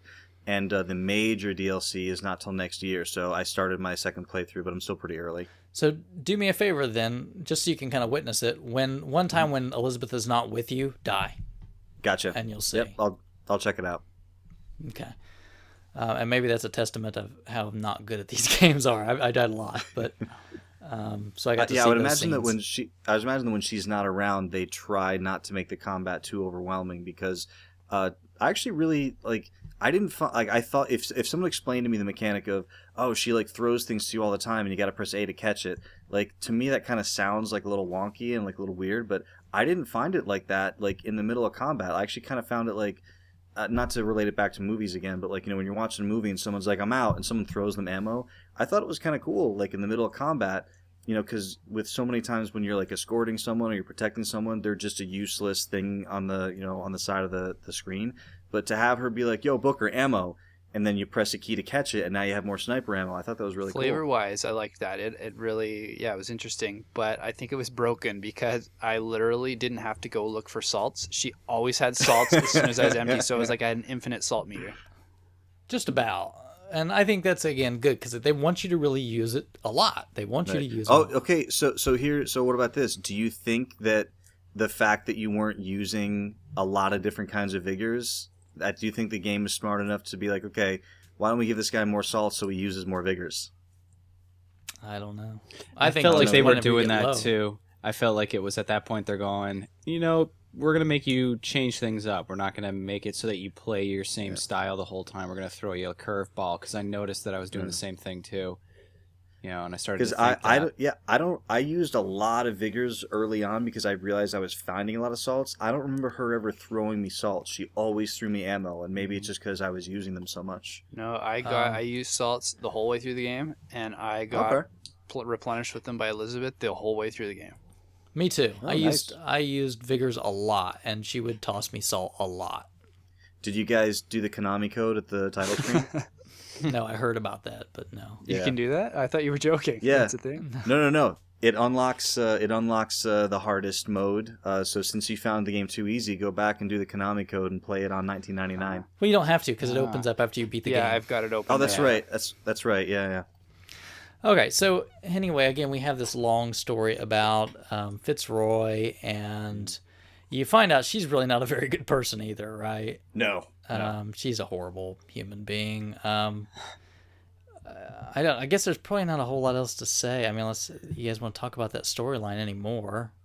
Not really. I mean, you kind of learn about the handyman and this guy and his wife and kind of how he became a handyman and where was the first handyman? It wasn't in Fink's area. That's just one of the ones I remember really well. the first one you see is at the fair.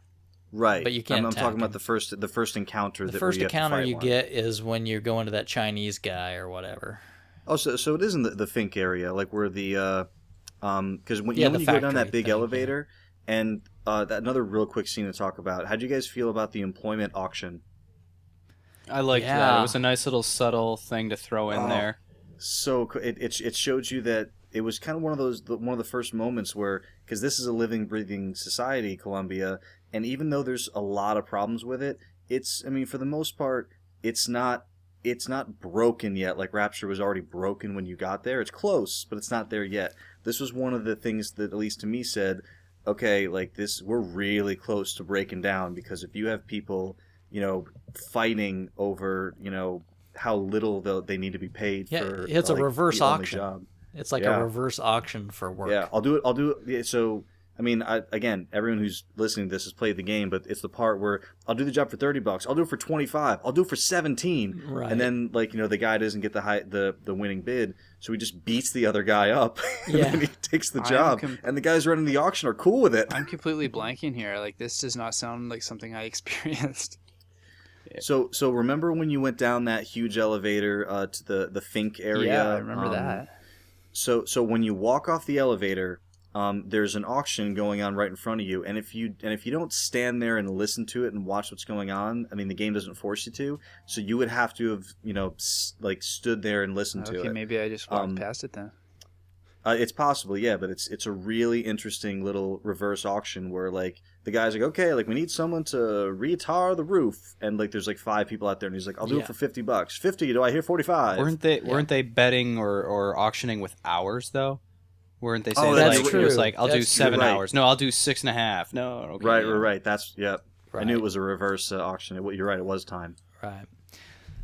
Okay, so that whole thing, you're spending a whole lot of time trying to get this Chinese arms maker back to life, and again you deal with him existing in kind of 2 planes at the same time, and he's confused, and then you get the 2 different wives because you keep dimension hopping to try to find a way to get him in the same place with his stuff and build you weapons. See, that's where Duke goes back to the rocket thing. Like, he's married to a different woman, so obviously things can change between these different times. So why can't they have rocket technology in one dimension and not the next?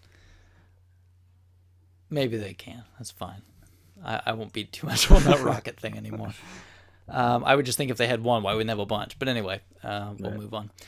The next, big piece you go through again is eventually you see Daisy, and she's going to kill a kid, right? And that's when Elizabeth gets really involved the first time. Because so far she's just been kind of with you, and she's been kind of seeing everything, but this is the first time where she's got to get her hands dirty, right? So she's like, here, you distract him, and then she sneaks around and she kills Fitzroy, right? Yeah, I was actually wondering if I was going to have to make that decision, because the more you learn about Daisy, it's like, I don't want to, I really hate to, be murdering everybody, but this isn't a person you want to have around.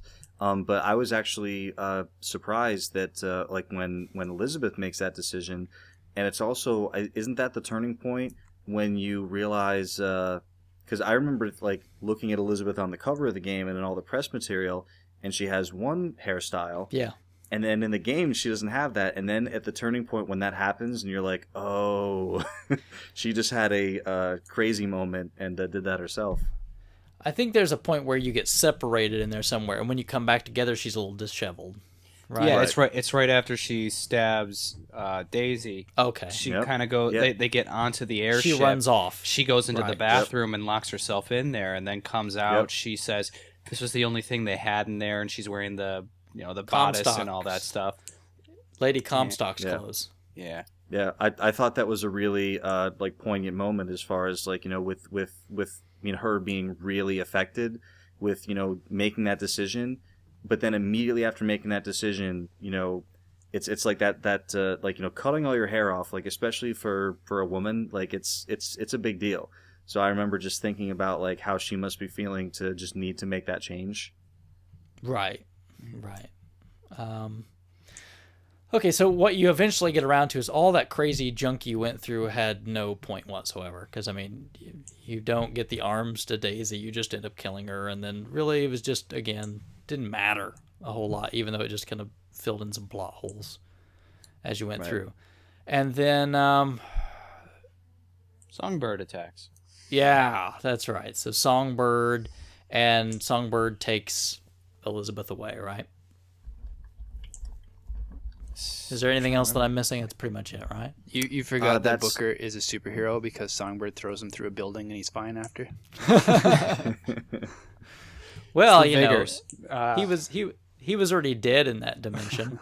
So, because he was like the hero of the Vox Populi that was dead or whatever. So maybe it couldn't be killed twice in the same. I don't know. Yeah, he does. But then you get that whole big. Isn't that where you get the whole big piece that you eventually end up with future Elizabeth, right?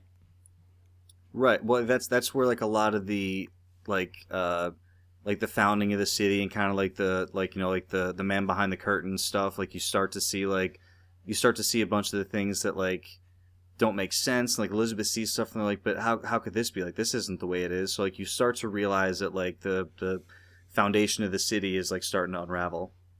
Right.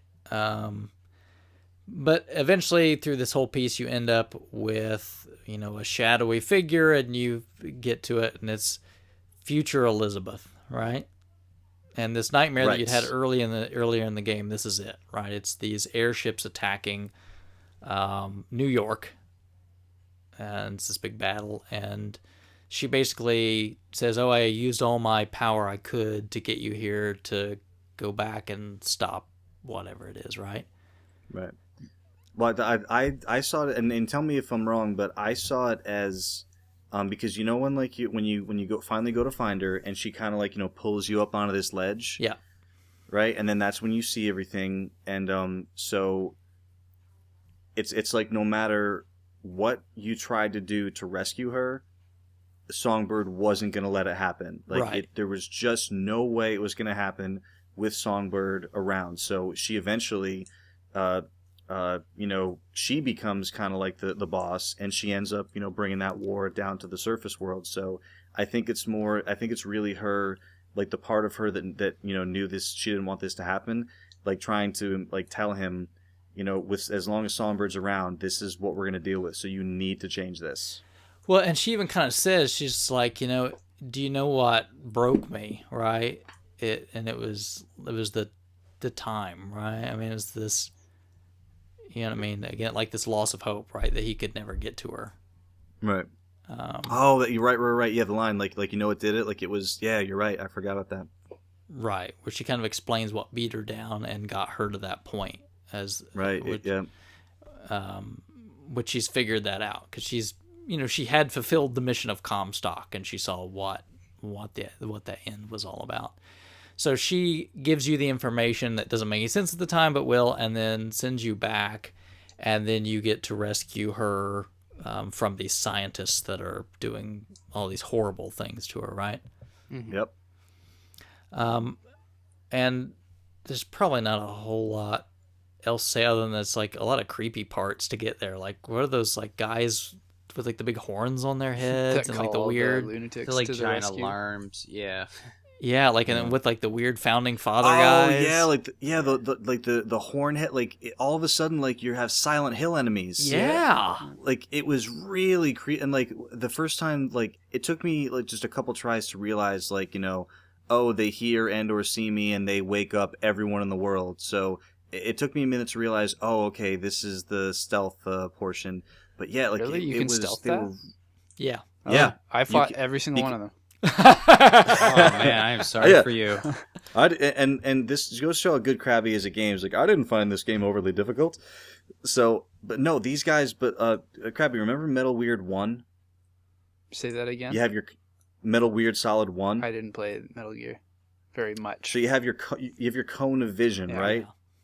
So these guys have a cone, and I think it's illuminated, Yeah, right? it's Like, the No, light. that's They what, have a that's what I searchlight. felt like Yeah. it was, but then I tried to like sneak up behind them and kill them, I guess. Was I just supposed to sneak into the next room? Yeah, Yes. you're Okay. supposed- you Just I can't thought I go was near supposed to like sneak behind them and then like use my like grappling hook thing to cut them open or whatever. yeah, you use your Crisis to Assassinate Yeah. ability. Mhm. But yeah, so you could get, like, as long as they didn't see you, they wouldn't sound the alarm. So you could sneak through that entire area. But there were a handful of like really good treasures if you like took the time to go find them. Right. But yeah, they were actually I forgot how creepy they were. That whole asylum area. Yeah, no, I fought like 4 of them in a row. Yeah. It's a very disturbing area. The sounds and the scenery. Yep. Yeah. Yeah. And like, you remember that one part where you walk in that room and all of a sudden that wheelchair rolls out with the head in it? Yep. Oh wow! And it just- I forgot about that part. And I actually thought, like, not that it wasn't difficult getting up there, because I'm not good at video games, but you know when you get up to the very top, like, where Elizabeth is, like, there's kind of 2 rooms, like, kind of parallel to each other, like, one has her, Right. and the other is just kind of just like the other one. I remember getting all the way up there, and there were at least a few Patriots to fight in that area. Yeah. I actually kind of, not that I thought it was easy, but I remember thinking there was going to be something else, like I was going to get to her, and then something would happen. But I remember just kind of being like, oh, that's it? Oh, okay, like, we're good. Like, now we can go. Okay, so you rescue Elizabeth, right? And she's like hooked up to this machine, and it's very Yep. kind of gruesome. But she says, Matrix just style. do it, right? And so you just you disconnect her, and you can just tell it's taken this toll because it hasn't been for like you where it's just been like a small amount of time. Didn't they It's say been it was like 6 months or something? 6 months, yeah. Yeah. Because she looks exhausted out of her mind. You could see the bags under her eyes, and you could see the scars that she has. Right, she's endured this just torture for a long period of time, and yeah, she's got this really haggard look, like, and her disposition has changed a lot too, right? Kind of her understanding of what needs to be done. I think that's where it kind of starts turning into that. Okay, we just have to take out Comstock, right? Right. They and that's when they go after the airship, I think. Right. Yeah, you kind of work your way towards basically like then like okay, yeah, we need to go have this showdown with Comstock. And is there anything else really exciting to talk about until we actually get to Comstock? What about there her anything I'm missing? mother, the ghost thing? You gotta like. Yeah, the Okay. cemetery was a weird combat area. Okay, so you have to basically revive the ghost of Lady Comstock. At this point, and the point was like really pathetic, right? Because it was just getting into like the Comstock house. Yeah. Yeah. So I guess that's way before even like a lot of the stuff we just talked about. But Right, yeah, it's You kind need of a like handprint. it's kind of the working up to it, and like that. I remember like walking through, and like this. That was the only time to me that I really felt that it was almost like kind of like the way Rapture was when you first got to it. Like now, when you're walking around trying to get in the Comstock Mansion, it's kind of like at that level of destruction, and like pieces of buildings are blasted open and floating in weird ways. There were a couple of interesting Vox phones in that area that dealt with why the music came from the 80s. right, But yeah, but besides That's where I besides found my the Cyndi Lauper jams. there you go. Tears for Fears, in there. Yeah, I like the shiny, happy people. That was my I favorite missed all of these, man. Was I just not exploring enough? I thought I was. Welcome to your life. yeah. So good. Yeah. So I guess we skip that, but I mean, really, the whole Lady Comstock bit is, again, to me, felt like just one giant filler to kind of again shop you around the world, right? They wanted to show you the world. We have to give you a reason to run through it a bunch of times.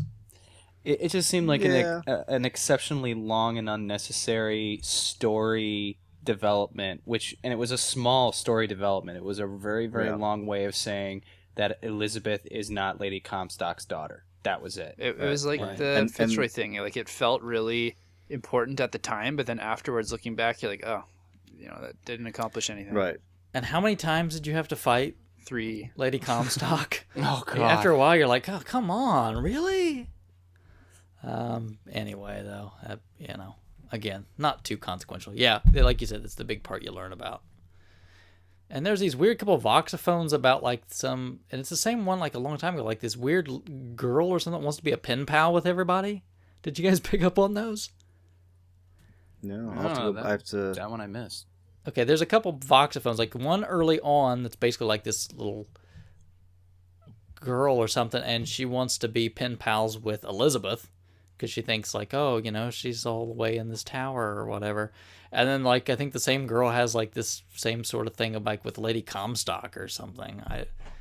It's weird. I don't really know where that fit into the story, but anyway. We also overlooked the song that they sing when they're in the during the Fitzroy thing. That one moment, did anybody else take the time to pick up the guitar and start playing the song? Yeah, right. I remember that part, but it was just a weird song. I mean, it wasn't really any point to it, was there? No, it Wait, was just... are you talking about when you pick up the guitar and then the two you just play while she hands the apple to the kid? Yes, yeah, you can play a guitar after getting stabbed through the hand. Essentially, Yeah. yeah. Well, I didn't get stabbed through the hand, so I don't know. I didn't Well, either. I was able to, so... I was proactive in that I situation. really felt like because you wanted me to explore this world and kind of get soaked in it, I thought I was exploring, but I feel like I still missed a lot.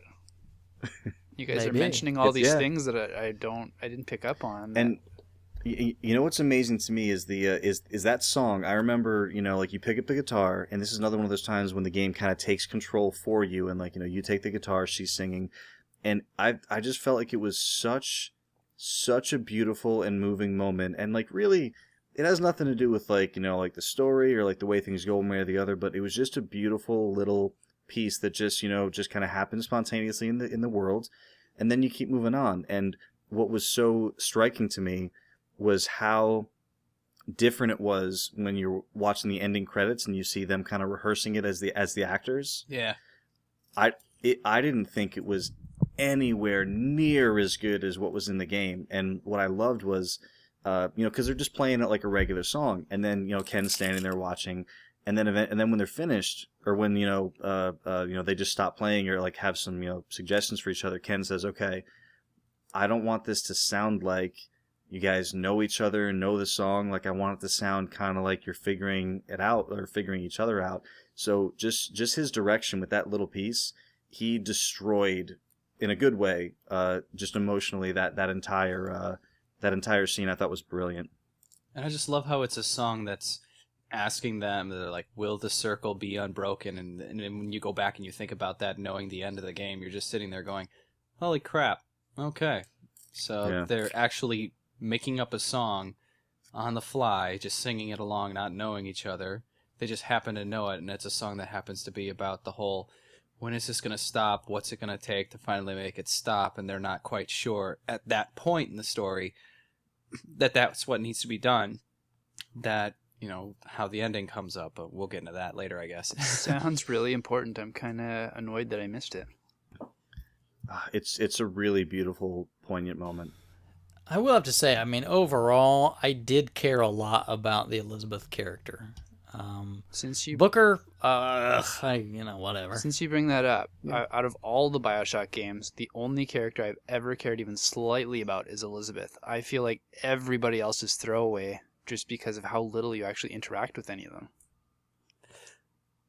Because she's the first character outside of the protagonists that actually has some development and isn't just a voice on a radio or over a loudspeaker at you. In the first BioShock, definitely, it was more about experiencing the world and the story that it was trying to relate about your relationship with the big bad. Yeah. In this one, you're finding out how all this connects with Elizabeth, and then subsequently how it connects with you. And that's why it matters, why she has to be important and better developed than any other character that's been made in a BioShock game. Absolutely. And I think that was the one thing that grounded me a little more in this game, or I guess a lot more in this game than the other two, is she kind of pulled me into this world more. I didn't feel that connection with the other worlds, whereas I had a little bit more of that with Elizabeth. It made you care about wanting to get this done, right? I mean, you said, okay, yeah, you want to do this for Elizabeth. Okay, so I think we kind of caught back up towards the end, at least hopefully. I think there's some other little Latisse bits and pieces that are in there, but really just more of just you learn that, oh, they hop around very quickly, right? And they kind of understand what's going on behind the scenes. And they creepily show wait. up with pianos and stuff. Oh, Blocking wait, entrances. Well, We do learn about their experiments, though.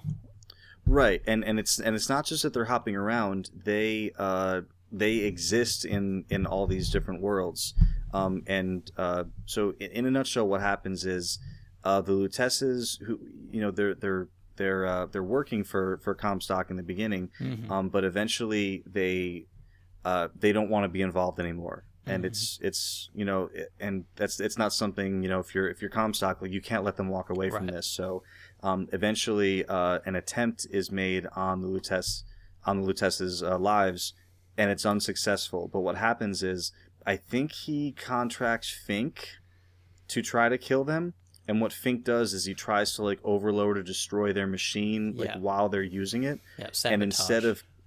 And instead of killing them, it kind of like multiplies and generates them throughout all these different tears. So they kind of exist in all the realities. This is another big plot point I completely missed.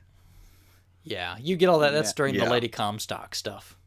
Yeah, they even, isn't there a voxophone or some sort of video phone where it shows that the Lady Latisse introduces her brother, and they kind of make this weird emphasis on the word brother when it actually turns out that he is her from an alternate reality, and they're actually just the same person, just of a different gender. And right, that's why, like, every time they mention her as the brother, it's always like, oh, her brother, like, he is, after all, he is my, she calls him after all, he is my twin. And they don't mean twin as in brother and sister twins, like, it is a twin version of her. Right. And This seems important. It is. And they do that one part, remember, they talk with the photographer, and there's the top photographer saying, oh, I remember I took your whatever, your photos when you were dead or whatever. And they were like, oh, yeah, you managed to do a horrible job or something like that, right? Yeah. They're just basically slamming him, meaning, again, that they're in multiple dimensions. They can kind of bounce around a little bit. So you kind of, you do pick some of that stuff up because, you see their place where the experiments are, because you have those tears that you kind of go through, and you hear the stuff going on. You can't see it, right? But you can hear it. Right.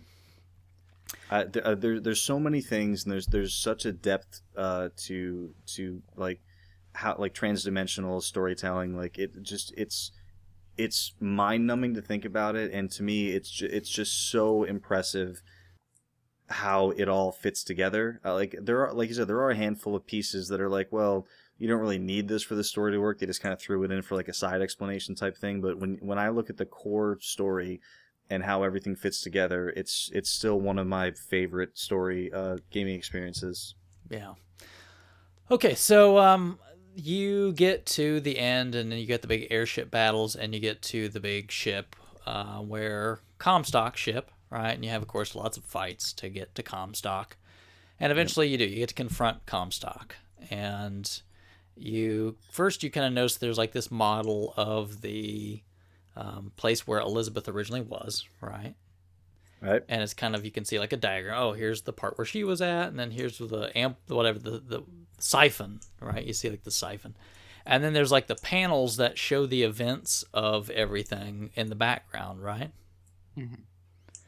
So you can kind of see, oh, wait, here's, like, the whole story of everything right in front of me. Obviously, this has been there for a while. And again, you kind of notice that because you learn that Comstock, because of this machine, all this stuff, could see into the future. Not really, because he could just look through these other dimensions. Real And- quick, did anybody Yeah. else notice when you're trying to make your way up to where Comstock is in the battle, he kind of jabs at you by going, "You always did have a knack for self-destruction." He announces that over the speakerphone to you as you're making your way up there, and I just, when I went back and played that part after knowing the end, I was like, wow, even that Yeah. subtle little nudge there was pretty Right. outstanding. I'm sure I didn't pick up on it, and I'm sure it's another example of one of those tiny little things that like it's I don't want to. I'm not going to make the comparison, but it's just another one of those things that after you know, it's so cool finding those things, knowing what the story actually is. I thought sure. that was just like a reference to like him not taking the baptism or the Battle of Wounded Knee or something. I didn't put that together with the overall story.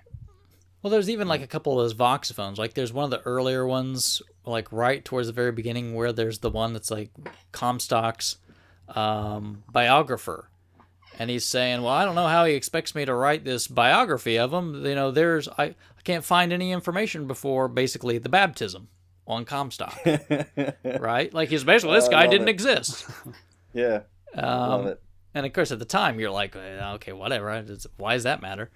And then you Right. you hear like very late on that one from Comstock where he says basically what happens to that other man during, when the new man is born from the baptism, what happens to the old Right. man? Does he exist in some other dimension? Right. Speaking of the old man versus new man, real side quick thing. Did it bother anybody else that Comstock was played by a different voice actor? It didn't to me anyway. Like I remember, like once I found out what the story was, my first thought was they didn't sound enough alike for me to put it together. I would have been more upset if I realized why do they sound exactly alike, and then it would be more like easier to put together. I actually didn't realize they weren't the same voice actor. I hadn't looked it up. Well, this Comstock, because of Booker getting pulled into that reality, is like 20-something years older. Right. So he would have a different voice, right? Because he's an old man now. Well, we've Similar. learned from The Last of Us that we know that Troy Baker can definitely do an older man's He's voice. going to be the Joker in Batman 2, so he's got some range to him. Yeah. I don't know. Just I mean, saying. Sure. But then you got David Hayter. He's out as Snake. All right. So anyway, you go in and you finally meet up with Comstock, and he's kind of a little buddy. He's not like, oh, hey, Elizabeth, and he's really kind of friendly. Yeah. And then he launches into that diatribe where he's kind of like, I've tried to kill you. I've thrown all this stuff at you. And I finally realized that all I had to do was just tell the truth. Right? Right. And then really before he gets a chance to talk, you smash his brains in.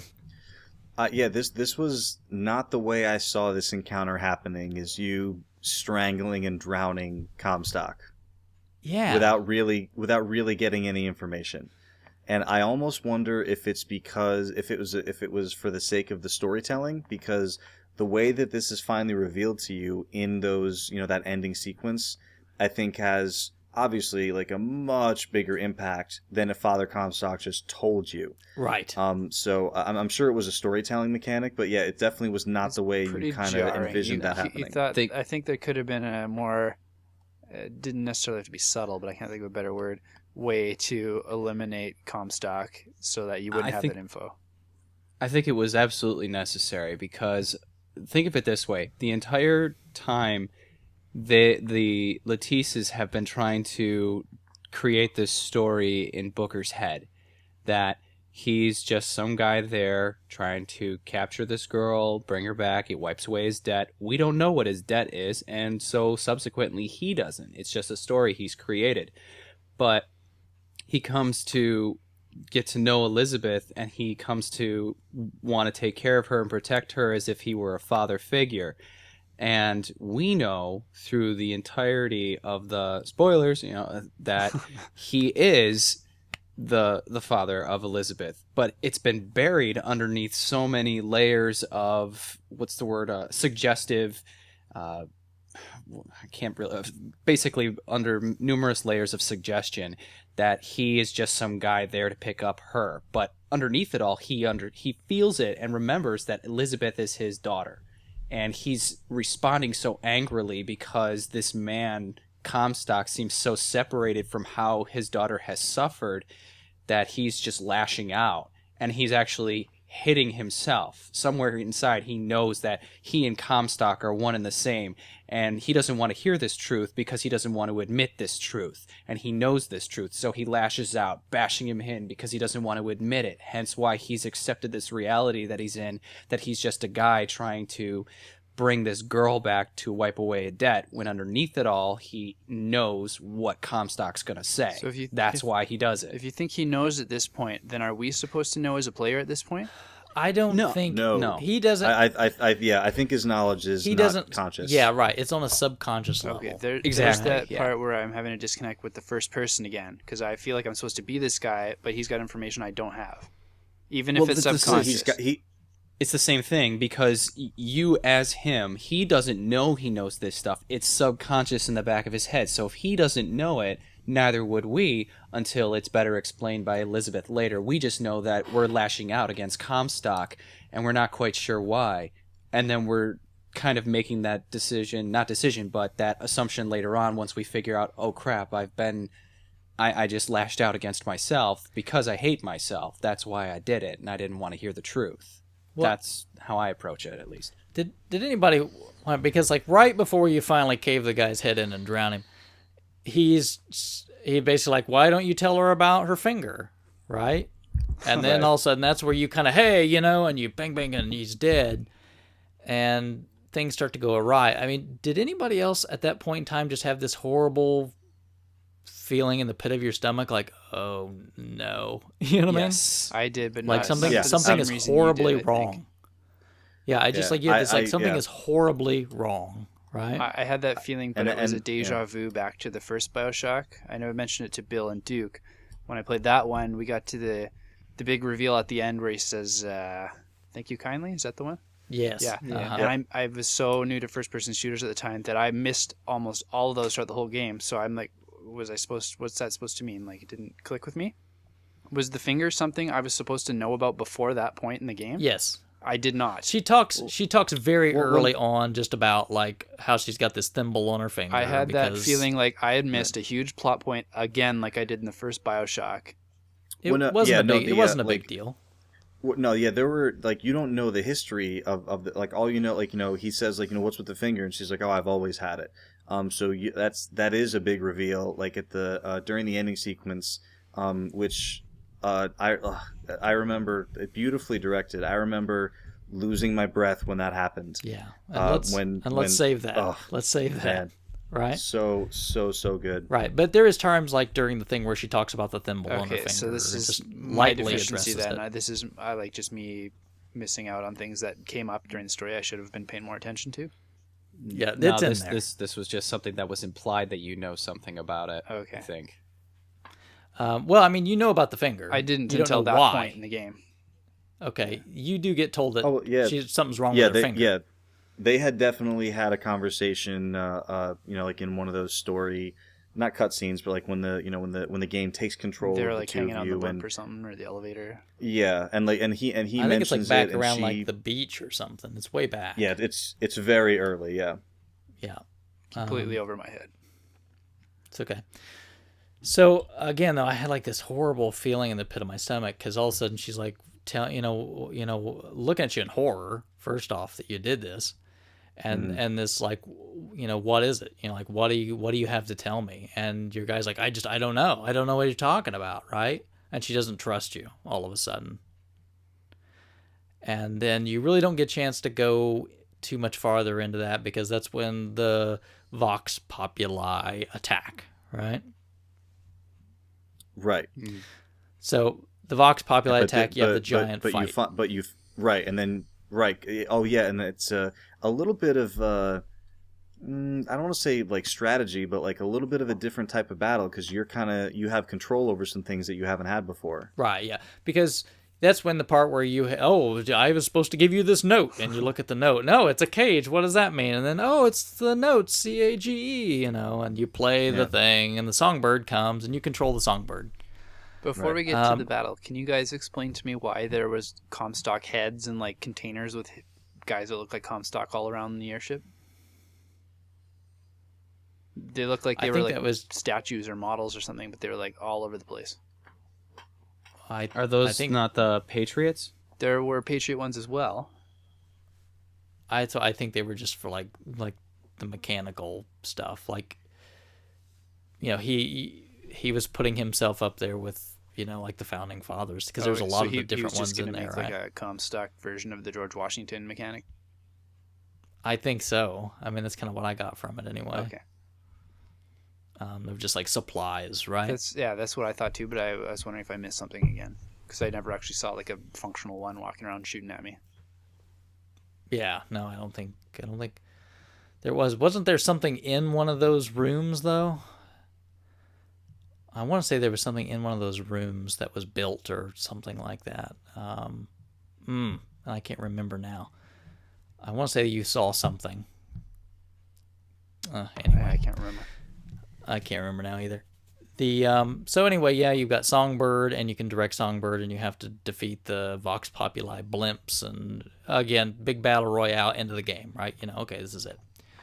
Right. No, I mean, it's kind of cool, but nothing too exciting to me. It was kind of like just pain in the butt, really. I didn't know. Mm-hmm. Yeah, I didn't know it was a final battle when it was happening. I thought there was more after it. Right. Oh, well, see, I kind of figured like, Comstock's dead. What else can there be, right? I mean, it's got to end. So, anyway, you defeat the Vox Populi, and that's when things hit Weirdoville, right? Because then it's like, okay, she says, well, I'm going to destroy the siphon.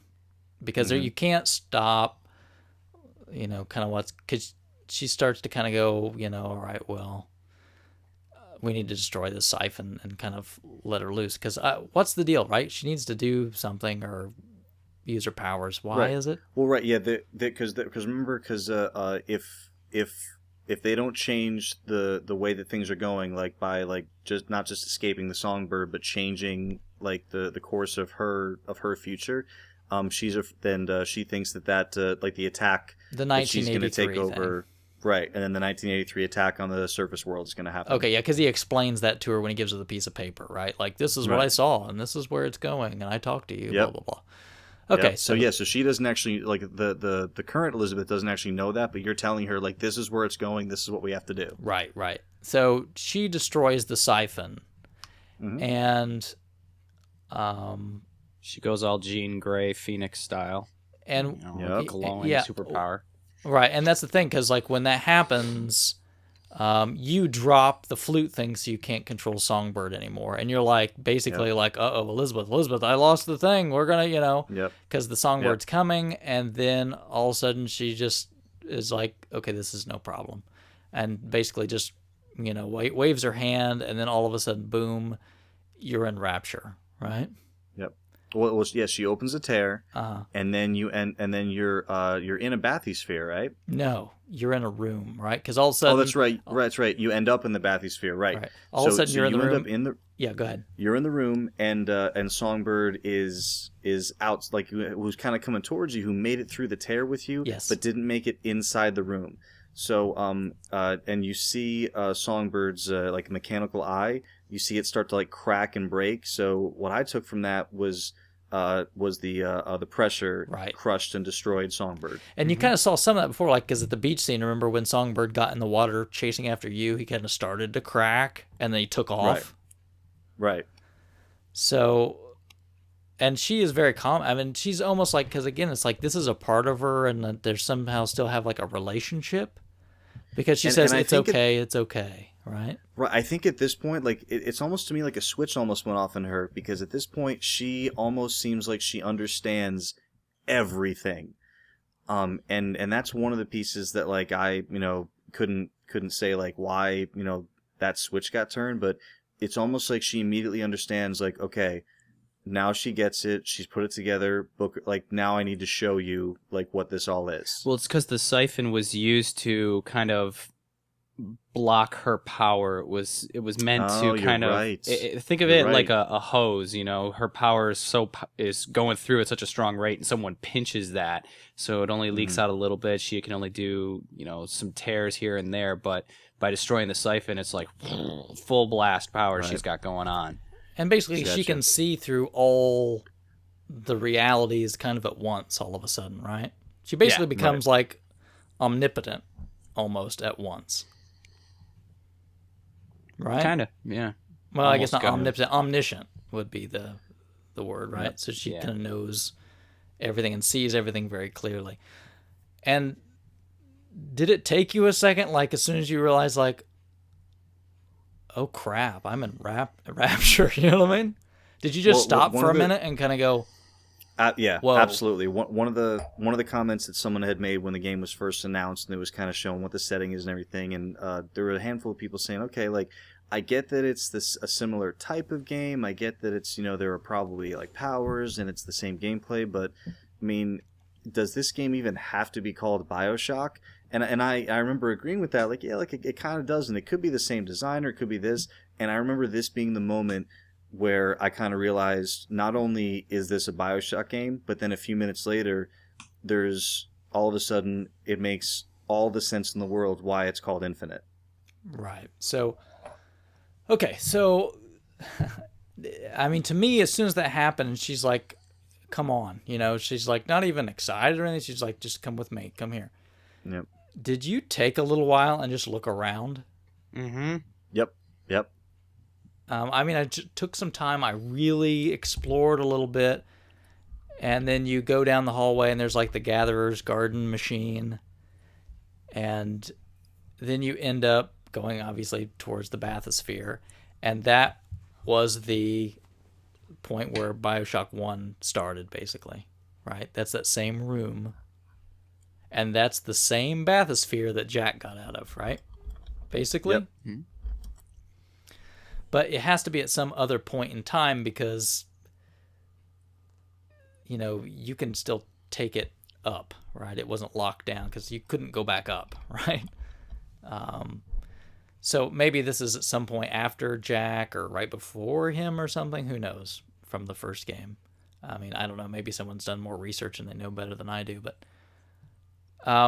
basically, And then there's another conspiracy theory that kind of involves this. Have you guys heard that one? well, let's save crazy talk for a minute when we kind of wrap the story. Then I want to get into some other oddities too. Okay, so they take the bathysphere up, and then that's where she looks at the stars and basically says, they're all like doors, right? Tears, and leads you Right. through the lighthouse door that you started the game in, and then you see like all the lighthouses and the other ones of yourself doing the same thing, right? Right. And through that whole thing, she's really kind of talking about how connected everything is, and it's just all this, the same, and how and that one part that always hit me, that I think we'll probably come back and touch on in a minute, is that part where she goes, "There's always a man, there's always a lighthouse, there's always a city." Right? Yep. Yeah. Okay.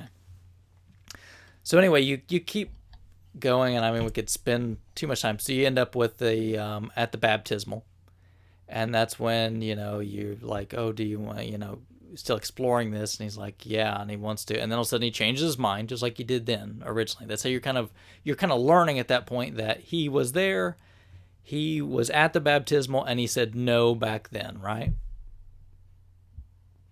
Well, yeah, in one of the Well, Booker right did, in yeah. one of the instances, yeah. Right. That's what I'm saying. That's when you really learn that Booker was there and this happened in his past. Right.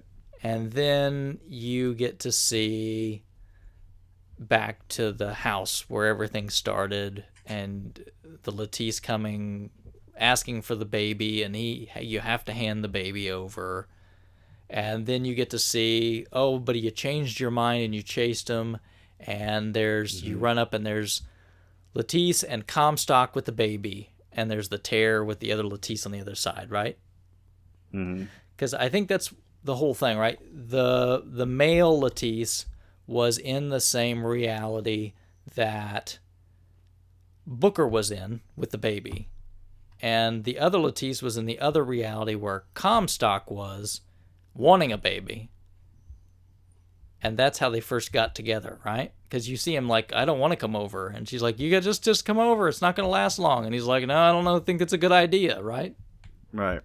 So that's how they first got together, is the same time when Comstock takes the baby. That's why Comstock did this whole doggone thing in the first place, right?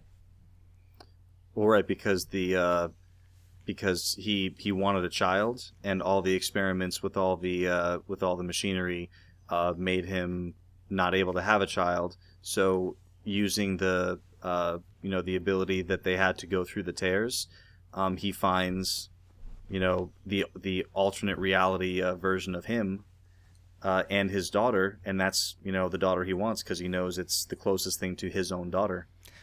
Right, and the lady Latisse wants to get in on the deal because she wants her twin to come across too, and that's her agency, right? Because at first they're just talking, and so she's got her alternate self in that other reality to do the dirty work, and then come meet her, and then that's when you see that point, right, where they're going through the tear, and then with the finger, right? Right, and then Booker, tries to stop it, and again, the way that scene was directed, when it goes super slow motion, and you see the hand reaching out and the tear closing, and that tiny piece of finger in super slow motion falling, and the way the music stops, it was very powerful for me. Yeah, it was. Yeah, it really hit you pretty hard, in kind of that despair, right? And you starting to get into this panic of him, and then you kind of go back to that where you see how the Latisses actually brought him over into the other reality. Because 20 years or whatever, they said you sit there in that house all by yourself and punish yourself for 20 years. But the Latisses go back and basically grab him before he's set in there for 20 years or whatever, right? They go back pretty early and grab him. But it's after some period of time. I don't know if it's the full 20 years or whatever, because he's carved this into his hand. And they say, oh, look, they kind of comment on that, like, oh, is this some sort of penance or something? And they take you back again to the very beginning with the rowboat scene.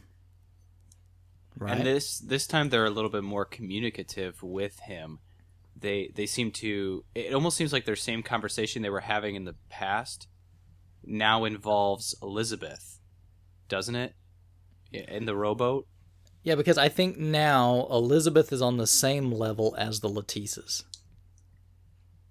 in terms of being everywhere and knowing the outcomes.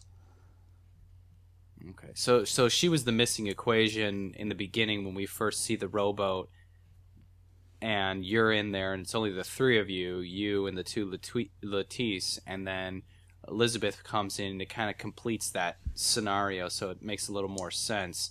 At least that's what I got out of it from that moment, because it seems like they're all interacting together at that point. I think they probably all understand kind of where this is all leading, which is the death of Comstock for good. And so they have to lead you back through this so you will understand the decision that you have to make, right? Yeah. So they're taking you through this whole thing and reminding you of everything that really transpired, because eventually you lead right back to the baptism scene again, right? No. But do you notice back at the second time when you come back to the baptismal that the Elizabeth that's in the baptismal with you is not the same Elizabeth you've been with the whole time? Because she does not have the necklace on. Oh, I missed that one. Yeah, me too. Yeah, if you look, the one that opens the door for you and you've been with the whole time, even through the end, has the necklace. And when you go through that last door into that last baptismal, the one that's there is not she does not have the necklace on. So she's from another reality. And then they all start appearing, right? Right. Yeah. Right. You start seeing all the different possibilities from all the different all the different universes or realities. Right, but none of them are the Elizabeth that you've been with, because again, none of them have the necklace. And I think, to me, that was the whole point of the necklace bit, is to differentiate her from all the other ones at the end. Apparently Because it didn't work because 2 of the 4 of us didn't pick up on that, at least. Because the one that you've been with forever opened that final door, but she didn't go in with you. Well, that I definitely remember seeing the necklaces. I guess I just assumed that the ones with the necklaces were ones that I had, been through this experience with, and the other ones were from other universes, but I just didn't, notice it beyond that. Well, you were with the same Elizabeth all the way until that very last scene where you go in that last lighthouse and you see the other ones.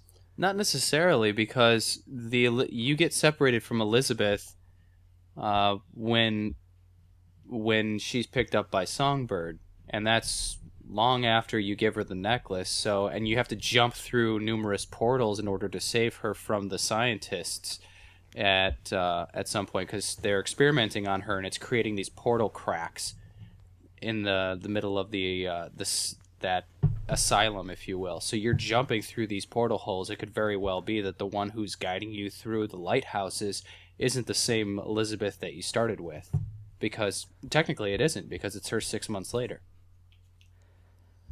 And I think it's the same one that's in your timeline, because she has the necklace you chose in that timeline. The necklace Whereas exists in multiple timelines? Yeah, It if there are could, only but 2 choices. Here's the thing. None of the other Elizabeths you see in that scene at the end has a necklace. I think that's an assumption, though. I don't think that's provable either way. Well, to me, that's the way I kept track of this. Is when I went back and looked at it, that this was always this same contiguous Elizabeth that I was with, that knew all of the experiences from the reality that we shared throughout the game. But the Elizabeths that are there at the last scene are all from alternate realities.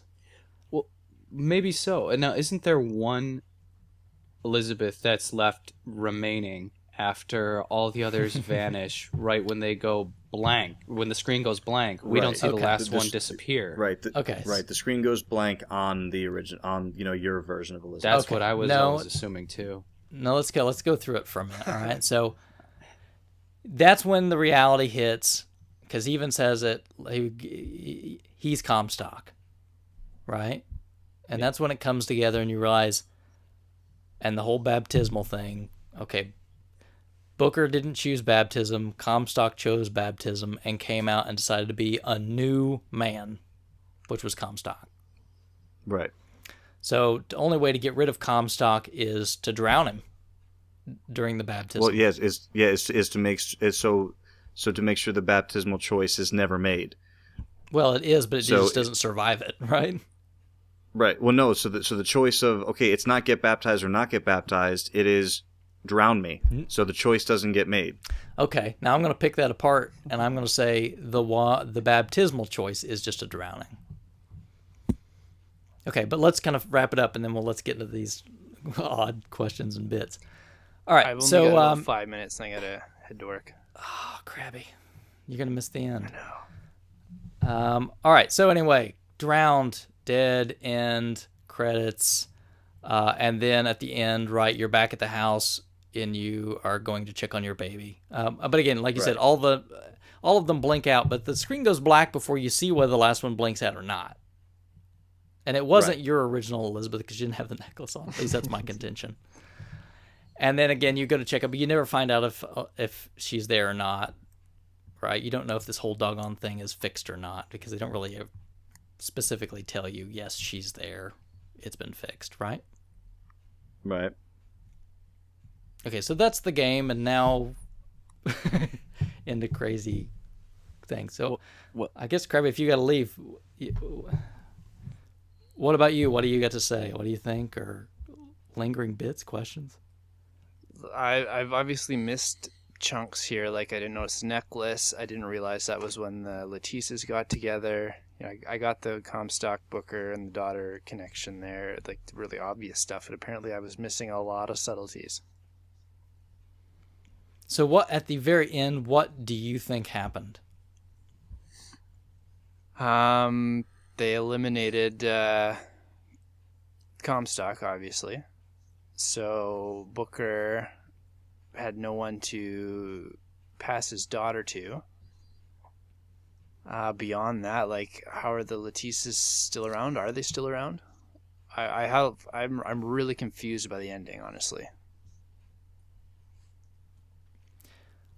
Okay, well, I guess that's the question at the end, right? Is he's back and the roommate's going to go check on his daughter. Is she there or not, right?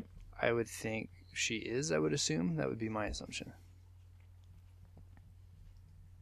Okay. Any other things? I know you're going to have to take off. Is there anything else that's there? Because I'm going to get into some odd stuff here. And I'm sorry you're going to miss it, right? I'm a little sorry, too. Ugh. Sorry we talked so long about the story itself. I blame it on Bill. Stop liking it so much. Sorry. All right, well, maybe we can get some of this in before you walk out the door or something. All right, so, Bill, when the drowning happens, who gets drowned? Mm-hmm. Booker gets drowned. Okay. Gamer sense, when the drowning happens, who gets drowned? Say Elizabeth. That's oh, dude, yeah. So, are you asking me, like, so are you saying who in every timeline gets drowned? Yes. See, this is where I kind of diverge a little bit. Just because someone dies in one timeline, it doesn't necessarily mean it's going to affect others. So just like the weapons dealer in the Fink area was dead in one, but then you went through another tear and he's alive in another. So when Booker, goes, like, I don't know, if they went back in time and changed that, or if this is just a new version that's severing further, but those other versions still exist. Well, I think the reason they're doing that is because they kind of tell you that they have to end this once and for all, period. I so assumed Comstock that can meant never the Elizabeths were going through every timeline and cleansing all the Bookers. Or going back... I think they're going back to the origin point of any possible Comstock. Exactly. That's the point that they're getting to. Is they even say that of all possible outcomes, it all leads to this point. This is the creation point. So they have to eliminate Comstock at all options, at all avenues. And as long as there's a Booker, there's the possibility for a Comstock, which makes you wonder at the very end of the game, after the credits, where you see Booker get up from his desk and he hears, or just the sake that he's there, is this Booker as we know him, the one who's the war hero, or the war, the tragic hero from that one war, or is he someone who didn't even go off to war and still had still had Anna? Is that something we're seeing there? That's the one idea, which leads me off into this crazy tangent that has to do with the DLC that's coming up, but I don't know if I want to get into that now. All right. Sorry, guys. I really got to take off. It's been great, Krabby. I'm sorry you got to run. Sorry I have to miss the end here. It's nice chatting Gamer Sense. Yeah, it's good to meet you there, Krabby. You as well. So my theory behind this is that only all the possible Comstocks were drowned, but all of the Bookers were not. And here's why I think that. Because the only ones that ever chose the baptismal were the Comstocks. Right. And so by drowning the one that's getting the baptism, but not drowning the ones who turned and walked away from exactly, who then could go on to become Booker. Now, so Elizabeth was born after that scene and all the realities, right? Yes. Okay. Well, for all the Booker realities, because she was never born in any of the Right. Comstock realities. Right. But here's the thing: why are they drowning Booker? Because Booker has already made this decision twice. He's made it twice. Once before the game starts, second time after after the whole battle and the meaty content of the game happens. He's taken back to this. He's like, oh, I know this place. And then he realizes, nope, wait, I don't want to do this. And he leaves, and they book it through another doorway into another timeline. And now they're back here again. Right. If he is potentially a Comstock, that's why he has to be drowned. It's because he exists altogether. I think they take him back to the exact same moment in time. But why would he? He'd already made the decision twice to choose to be Booker. But there's also the flip side, right? The flip side is the one that decides to get the baptism. And to make sure that that never unfolds, if he voluntarily takes the baptism and drowns, well, voluntarily taking the baptism is becoming Comstock. And so once he goes into the water, that's the version that can become Comstock and is killed, so he never gets a chance to come out. So why doesn't he just say, look, I'm Booker, you're my daughter, I'm not going to take the baptism, and then just walk away? Why can't Because he understands the only way to get rid of all the possible Comstocks is to drown the genesis of Comstock. Which is Booker. Which is the decision to take the baptismal. But he decided. But that doesn't make sense. I'm sorry. It's because he's already decided twice to not take the baptismal. He's run away from it twice. Right, but it's not just like every Booker. But these are not different opportunities. They're always going back to the very same choice. So you're saying that only the Bookers that were presented with the choice are the ones being drowned. That's it? Yeah, you're always going back to that point, right, where Booker has to make the choice. Yes. And you come back to it each time, and you know at that point that the Bookers that did not get baptized stayed Booker. The Bookers that went under the water and took the baptism become Comstocks. So if you take the baptism, which you have to do, right? You have to agree to it. Mm-hmm. So if you take the baptism, you are the future Comstock. Mm-hmm. But this Booker chose not to. The one we've been playing the whole time, he's been choosing not to be him because he was Booker. But he never becomes Comstock. But he would if he got the baptism. I guess I'm a little confused on the idea that you're creating that whole idea where we would have to kill him because he could take the baptism. This Booker that we've been playing as once denied being baptized and then did so again, and the only time he allowed the baptism to happen was when he had to die. But that was when Comstock had to die. Right, when Comstock had to die, but he realized that the only way for Comstock not to happen is to Booker stop being. That's where I got it. That's what I got out of it. And see, I look at it where as long as Booker says no, he's Booker. As soon as Booker says yes, he's Comstock. See, and that, I'm just thinking that you're right in a sense that this moment is the one that we have to destroy all Comstocks. Yes. But the only way to ensure that all Comstocks don't happen is that at this moment, Booker and Comstock stop being. Both. Well, because we can't have that potential happen ever again. Right, but at the moment where Comstock and Booker diverge is the choice of whether to take the baptism or not, right? The choice. Right. And as long as you run away from the baptism, you stay Booker. But at that last thing, you accept the baptism. So as soon as you accept it, now you are the Comstock variant, right? Exactly, right. And then you get drowned. So the Comstocks get drowned. But this Booker has been fighting against Comstock the whole time. There was no point when he wanted to become Comstock or to redeem himself through a religious means.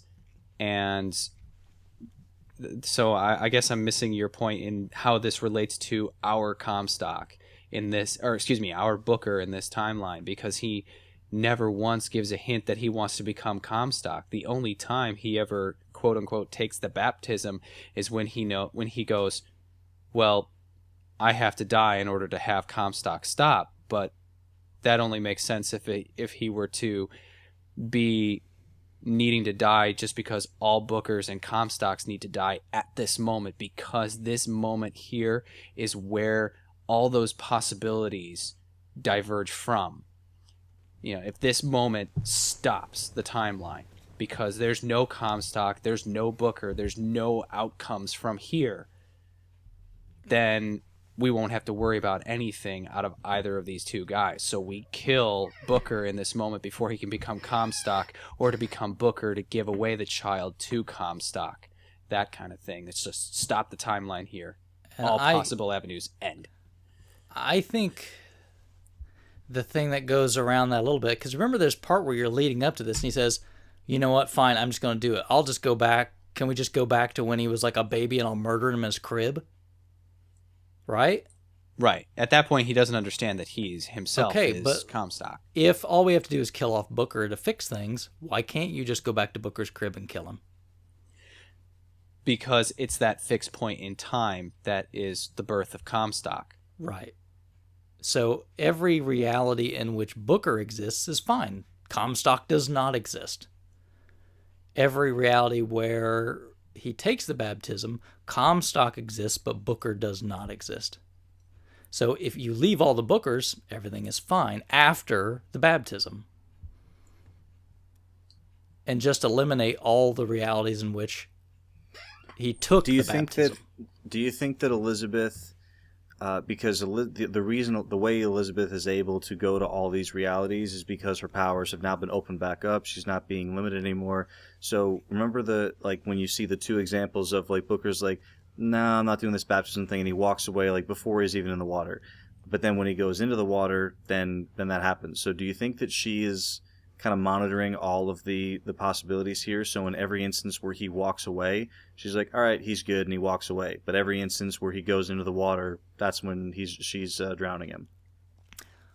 I think obviously all of these Elizabeths come in from all these other realities to basically be like, hey, look, these are all the eventualities where a Comstock existed, and we had to go through all of this, just like the other ones you saw walking when you came out of that lighthouse, and there was another Elizabeth and another Booker, right? Right. So again, all of the existences with Comstocks, they want to get rid of him. They're like, we can't have Comstock anymore, right? Yeah. And that's why when they drown the future Comstock, they disappear. But the Elizabeths that were born of Booker would live, right? I think that it's going to be that Levine left the ending a little ambiguous for a reason. I think he encourages all the debate, and I think that we're going to see a lot more. Obviously we already know that Booker and Elizabeth are in the DLC, but you also don't know like exactly what the time frame is, besides the fact that it's Rapture before things go downhill. So I mean, I'm definitely interested to see which direction it goes, but it's a little bit like the ending to Inception, where the totem starts to wobble and then it goes black. Mm. Right.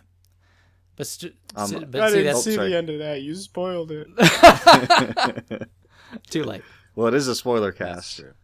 Didn't realize it was a blanket spoiler cast. We're gonna spoil everything. They shoot Old Yeller. Yeah.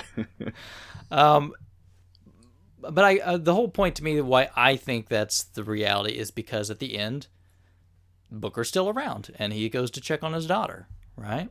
Right. So I mean, again, the Bookers survived to have a daughter. The Comstocks did not. Yeah, I couldn't explain it, 100% because I'm not that smart, but it's my thinking that the whole point of doing what they did was just to go to the spot where Comstock, where like where that divergence in choice could create a Comstock. So, and also, so I guess by extension that would mean that Columbia couldn't exist either because Comstock was kind of the father of that as well. Well, right, yeah, because Latisse is like, but yeah, Comstock was the one that made that happen. I think the Latisse is at this point because of what happened to them. They're just a part of the fabric of reality, if you will. They're just kind of there at this point. I agree. I think I don't think there's any kind of getting away from the presence of them in whatever reality you're in. Right. Okay. So we've kind of tackled that for a minute. So then the rapture thing, right? There's always a lighthouse. There's always a man. There's always a city. Mm-hmm. Is Booker not only Comstock, but is he also an eventuality that leads to Andrew Ryan? I think that they're definitely related. I don't know if you could definitely point a finger and say, okay, Booker was and not necessarily baptized, but Booker was born, made a divergent choice, like became Andrew Ryan. I don't know if it's that cut and dry. But the one of the crazy conspiracy theories I was referring to is a friend of mine said to me the same thing, like right after I beat the game. And I said, I don't know, like that just seems like kind of out there. And then she sent me an article that talks about the bathyspheres. And the bathyspheres were programmed to only allow Andrew Ryan and his, approved people, close relatives, inner circle, all that stuff. Genetic, right? Because it was genetically coded. Right, genetically coded. And one of the things in one of the audio diaries that you pick up, it says, since things were kind of on the fritz and it wasn't, working perfectly, anybody closely, sisters, cousins, like anybody with like a little bit of a connection, it'll work for. So the fact that when you, kind of go into the rapture tear and get in the bathysphere and as Booker can operate it, it does lend a little bit of credibility to the fact that he's at least in some way related. I don't know if it's same person, alternate reality, but there's definitely a relation. Chiming in, GamerSense? I'm trying to process that because I'm trying to remember if he's the one who pulled the lever to activate the bathysphere. He is the one. Okay. You have to hit the button to do it. She's just sitting in the bathysphere. Yeah, she'll and she'll stand there forever because I was wondering if what would happen there. So I just was looking around a whole lot, and then I finally got in. And I didn't know if it was going to take over on its own, but you had to pull that lever yourself. So I'm actually kind of on a fence about this one. Like I don't really need for every single piece of everything to fit together like that. So it to me it's almost like I wouldn't want it to be all the same thing, just different like that. But at the same time, there's enough of a connection there where there's at least some sort of connection between the two of them, whether it's through a different reality or whether it's I'm really hoping that that's what they're going to explore further in the two major DLCs coming out next year. Lost at Sea sounds like it's going to be just an exploration of what happens to the Booker and the Anna that are at the end of the credits of Infinite. Because if you look at the trailer, she says, "You can call me Elizabeth," or he goes, "You got a name?" And she goes, "Elizabeth. You can call me Elizabeth." She never says my name is Elizabeth because we know that Booker's daughter is Anna. Right. And maybe this is another one of those weird warps of some type, or maybe Ryan got involved somehow with Booker and kind of hurt his memory, or maybe we'll see the Latisses kind of pop up again because, like we've pointed out, they're this infinite entity of time and space at this point because of what happened to them. Maybe they could be involved in this as well, and they're just messing with Booker once more to try to envelop everything into this situation. I don't know. I'm kind of reaching right now. Right. Yeah, I feel like it's hard not to reach when you're really trying to tie up a lot of the loose ends. I mean, one of the big joys for me, even going back through like trying to make sense of some of the endings, are just how much is communicated in the Vox phones, especially on the second. I know I keep saying it, but especially on that second playthrough, like and really early Vox phones too. I didn't put it together the first time, but I remember just thinking, I never like thinking like, oh, like Elizabeth has these powers to open up tears. Like, is she just the chosen one? Is she special? Like, and again, I don't need explanations for everything. But one of the early Vox phones talks about it. Do you guys remember when Rosalind? It's a really early. It's on like it's on. If it's not on Monument Island, it's a really close to Monument Island. I think it actually might be right as you can see her, but you haven't interacted with her yet. And it's Rosalind talking about, like, what makes this girl different? Like, what's the source of her power? And she talks about, like, I think it has more to do with where she came from. And she says a small part of her remains where she came from. Right. And then I started thinking, oh my God, there is a small part of her in another universe, timeline, reality, whatever it is. And then she makes like a joke of it. She's like, it appears like this universe doesn't like it when things are like, mixed up like that. And then I listened to that Vox phone like 4 or 5 more times, and I was like, they are talking about her finger in another reality. And there's so many moments like that going back through. Yeah, because that's the one thing that gives her the power to do things, because she functionally exists in 2 dimensions at the exact same time. Physically. So. Right. But I mean, you think about this setup for this next DLC and you go, okay, look, we have the same basic setup, right? Elizabeth and Booker against a big guy that's running the city, Ryan. Right. I'm really excited to see to be in Rapture when everything is still going good. Yeah, that's the biggest thing. That's my biggest allure is not seeing a post-apocalyptic city or something like that. I want to see something that's living and breathing the way that, Cambria was. Columbia, Cambria. Yeah.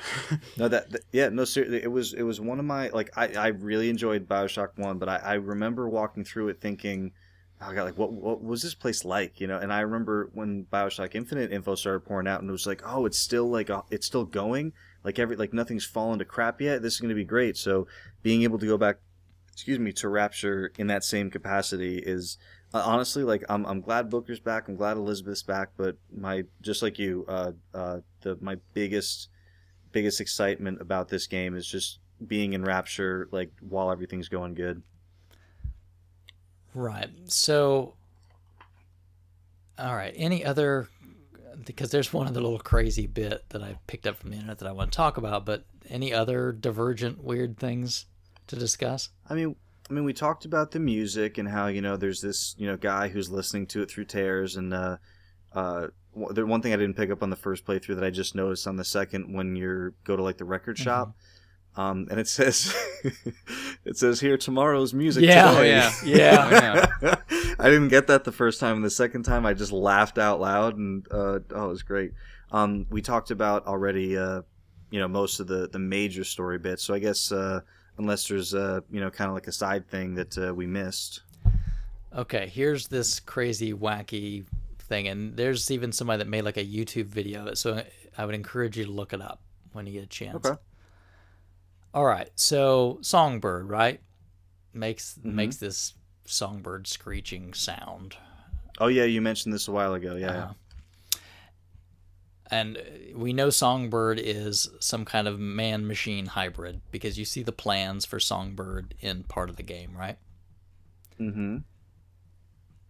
This is the part where either somebody's a genius or it's just the weirdest happenstance.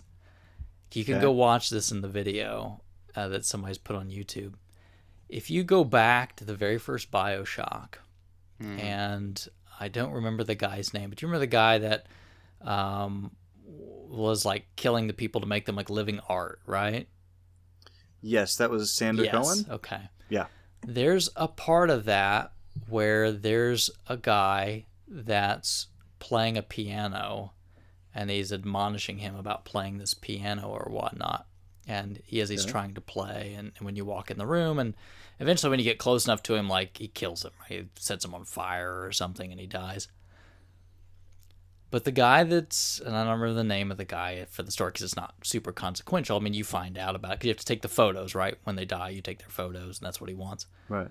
But the guy playing the piano has a bird mask. And if you listen in that room, in the background, you hear the exact same sound as the songbird screeching. Okay.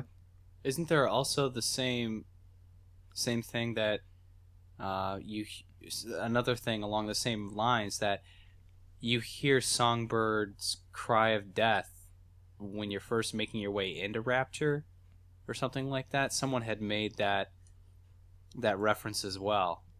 I don't know about that, but I mean, if you go and watch this video, they amp up the volume and you can hear it. And it's the exact same sound. So they're saying, is this guy in that room the alternate dimension version of the guy that became Songbird? Because he's wearing the bird mask. It's in the same room, the same sounds. You know what I mean? Yeah, I mean, I'll go back and watch it. I never... would you? I don't even know how on earth they figured this out, period, right? Somebody played it and went back to play the first one and for some fluke picked that up. So do you think the guy's genius enough to have done that, or do you think this is just some crazy fluke? I definitely think Levine is genius. It's really I really hate to keep bringing up other things as examples, but one of the things that I was a really big Metal Gear Solid 1 and 2 fan. I know a lot of people like 3, say it's the best in the series. I didn't like it, and I didn't play much of 4.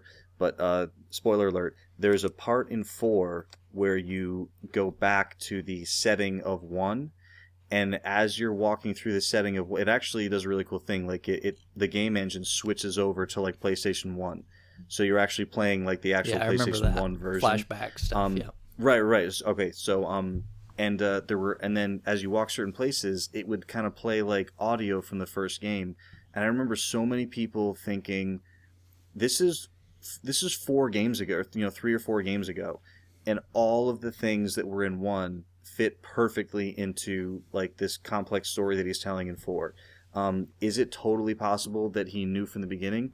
I guess it is. That's really something you can only really guess. He either knew it from the beginning, or he really brilliantly figured out a way to make it fit. Yeah, because you look at Kojima was looking backwards, right? I mean, to get this to work, you'd almost have to think Levine would have to have had this planned in the first game. Have to have exactly, yeah, like had the first part figured out, and then okay, now we got to go back. Right. And to me, when you watch that video and you kind of go through it, it just blew my mind. I'm like, there can't be any way. You know what I mean? There just can't be any way that he planned all this perfectly like that. That's just too crazy. You know what I mean? How would you know you could even get there, right? Your game would be that successful that you could get there. Well, maybe it's just more the idea of he wants little homages to his past work, and he's just so involved with it that he goes, you know what, I can make this small subtle addition here. I made this in BioShock, and let's see where I can make little homages. Right here, the guy with the bird mask. I want to have this giant songbird. Oh, let's do a little touch here. I don't think it was this grand scheme plan, but I think it was things that he brilliantly worked into it to make it kind of flow better, so people aren't going, this isn't BioShock. BioShock's supposed to be in Rapture, or it's under the sea, or he's going, look, it is. It's connected. See? That's just me personally. Well, that's what makes me think. Okay, Rapture is just an alternate version of Columbia. It's just a different skew of the timeline. Because again, it's always a lighthouse. There's always a man. There's always a city. And to me, the always a man is the Comstock, is the Ryan. You know what I mean? Or is the Booker. But here's the thing. I don't think necessarily that there's always a city, always lighthouse, always a man means that city, lighthouse, and man are the same thing. It's just like there's always this, like, it's kind of like man, I am just the comparison guy today. Like the beginning of every Fallout game. It always starts with the same line. It doesn't mean that, like New Vegas is the same as DC. It's just, like war never changes. So it's actually very similar. So, like the BioShock universe never changes. There's always a city, always a man, always a lighthouse. Mm-hmm. So I don't think that they're necessarily the same in everything. But I think it's just they're trying to say that this is a pattern that's going to repeat no matter where you are. Yeah, I don't know, because to me, when she reveals that is kind of during that whole part where she's coming to the realization of how everything is put together. Right. So it makes me kind of, which is cool. I mean, that's really was, like, again, very thought-provoking through the whole thing. To step back and just kind of go, wow. I mean, all that really came together. Well, it just shows the incredible passion that a lot of more modern developers have for their craft, to not just go, well, I'm working on a new project. It has the name BioShock, so it's BioShock. It's I'm going to make it so that it all fits together. Maybe not directly, but it's part of the same universe, if you will, and people will respect it, even if it is those subtle nods where they have to find these things from a previous game and how, oh my God, this could be the other thing in the past. But it's a cool idea to be able to think that, because a developer took the time to craft something with that much detail. That shows incredible passion, and why I greatly appreciate games like BioShock Infinite and, guys like Ken Levine and Irrational Games. Yeah, pretty amazing stuff. Well, good. Well, is there any other... I think we kind of tied a nice bow around it, didn't we? Yeah. I mean, we didn't even talk about the public reaction in terms of, like, the topics. Like all the hate stuff they started to get. Like, you're hating on white people, you're hating on these religious folks, and you're hating on the Tea Party people. This, that, and the other thing. Holy crap! I remember seeing some, like, not, I don't say outrage, but like some backlash with some of those things. I don't remember it lasting more than a day or two, though. No. Well, a lot of it was nothing more than weapons of mass distraction to kind of keep people from paying attention to what was going on, which was the repetitious story of Booker and Comstock. So I think he made a great job creating that veil and pulling the wool over our eyes, if you will. Well, I think in these series of games, the stories he tries to tell is always about how these extremes lead to this terrible path, right? Whatever these extremes are. I mean, you look at the first BioShock, and it was libertarianism taken to the utmost extreme, right? To this catastrophic end. And then you look at BioShock Infinite, and it's this conservatism taken to this ultimate ugly end. But either end is ugly, right? And ends in ruin. Yeah, it's this idea of this is how things can turn out with zealotry.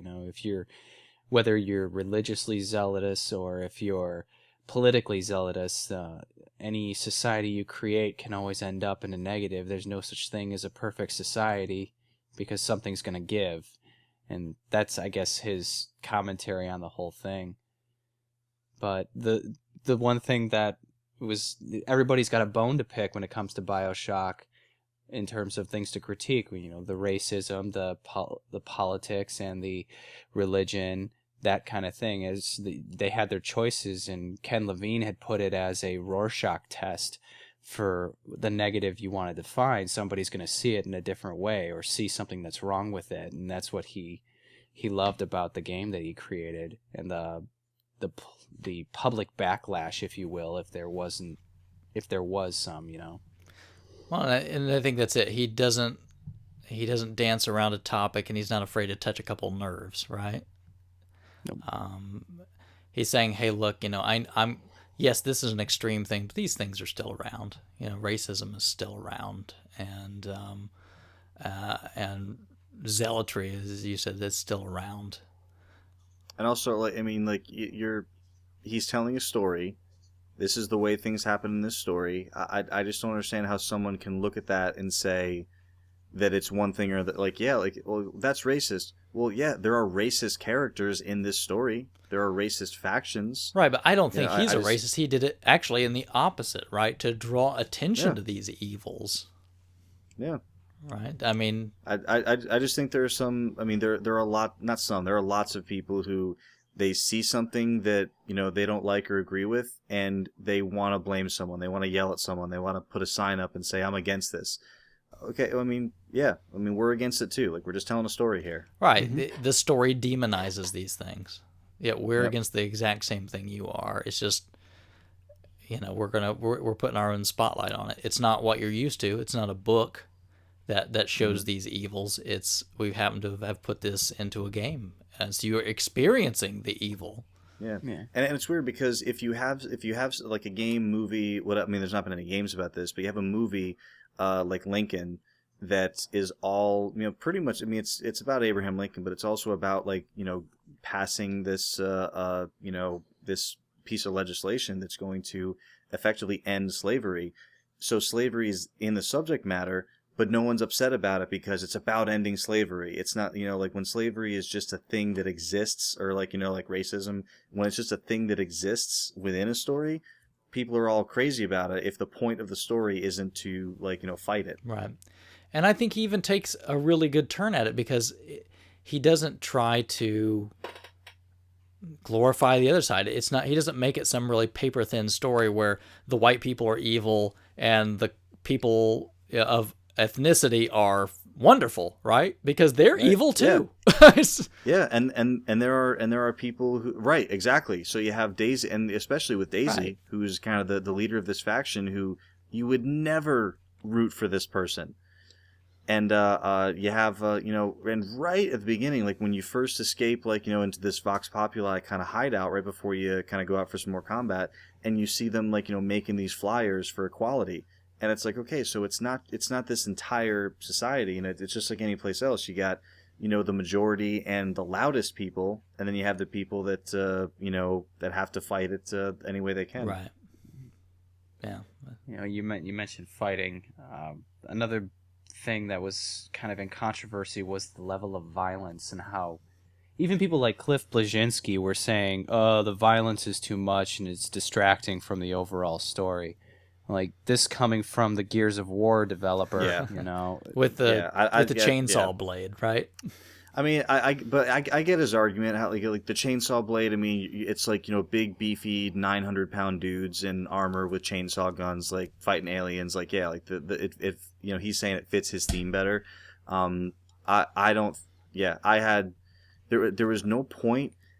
I mean, there's definitely some moments of very very very massive amounts of violence. I never felt. Oddly enough, I never felt like it was inappropriate to where the story was. But I mean, that's just me. To me, the only part that was ultra violent was the killings with the skyhook. Yeah. And I mean, shooting people is violent and it is bloody, but like it's not brutal. Right. Like those skyhook, like like snapping someone's neck and having it limp on the end of your skyhook. All of those melee kills were super brutal. And I think they even tried to, but here's the thing I think that at least makes it okay is that I don't think they did it in a way to glorify it. And as a matter of fact, you ever notice every time you did it, it made like that same sound you get like in a horror film when something horrible happens? Yeah.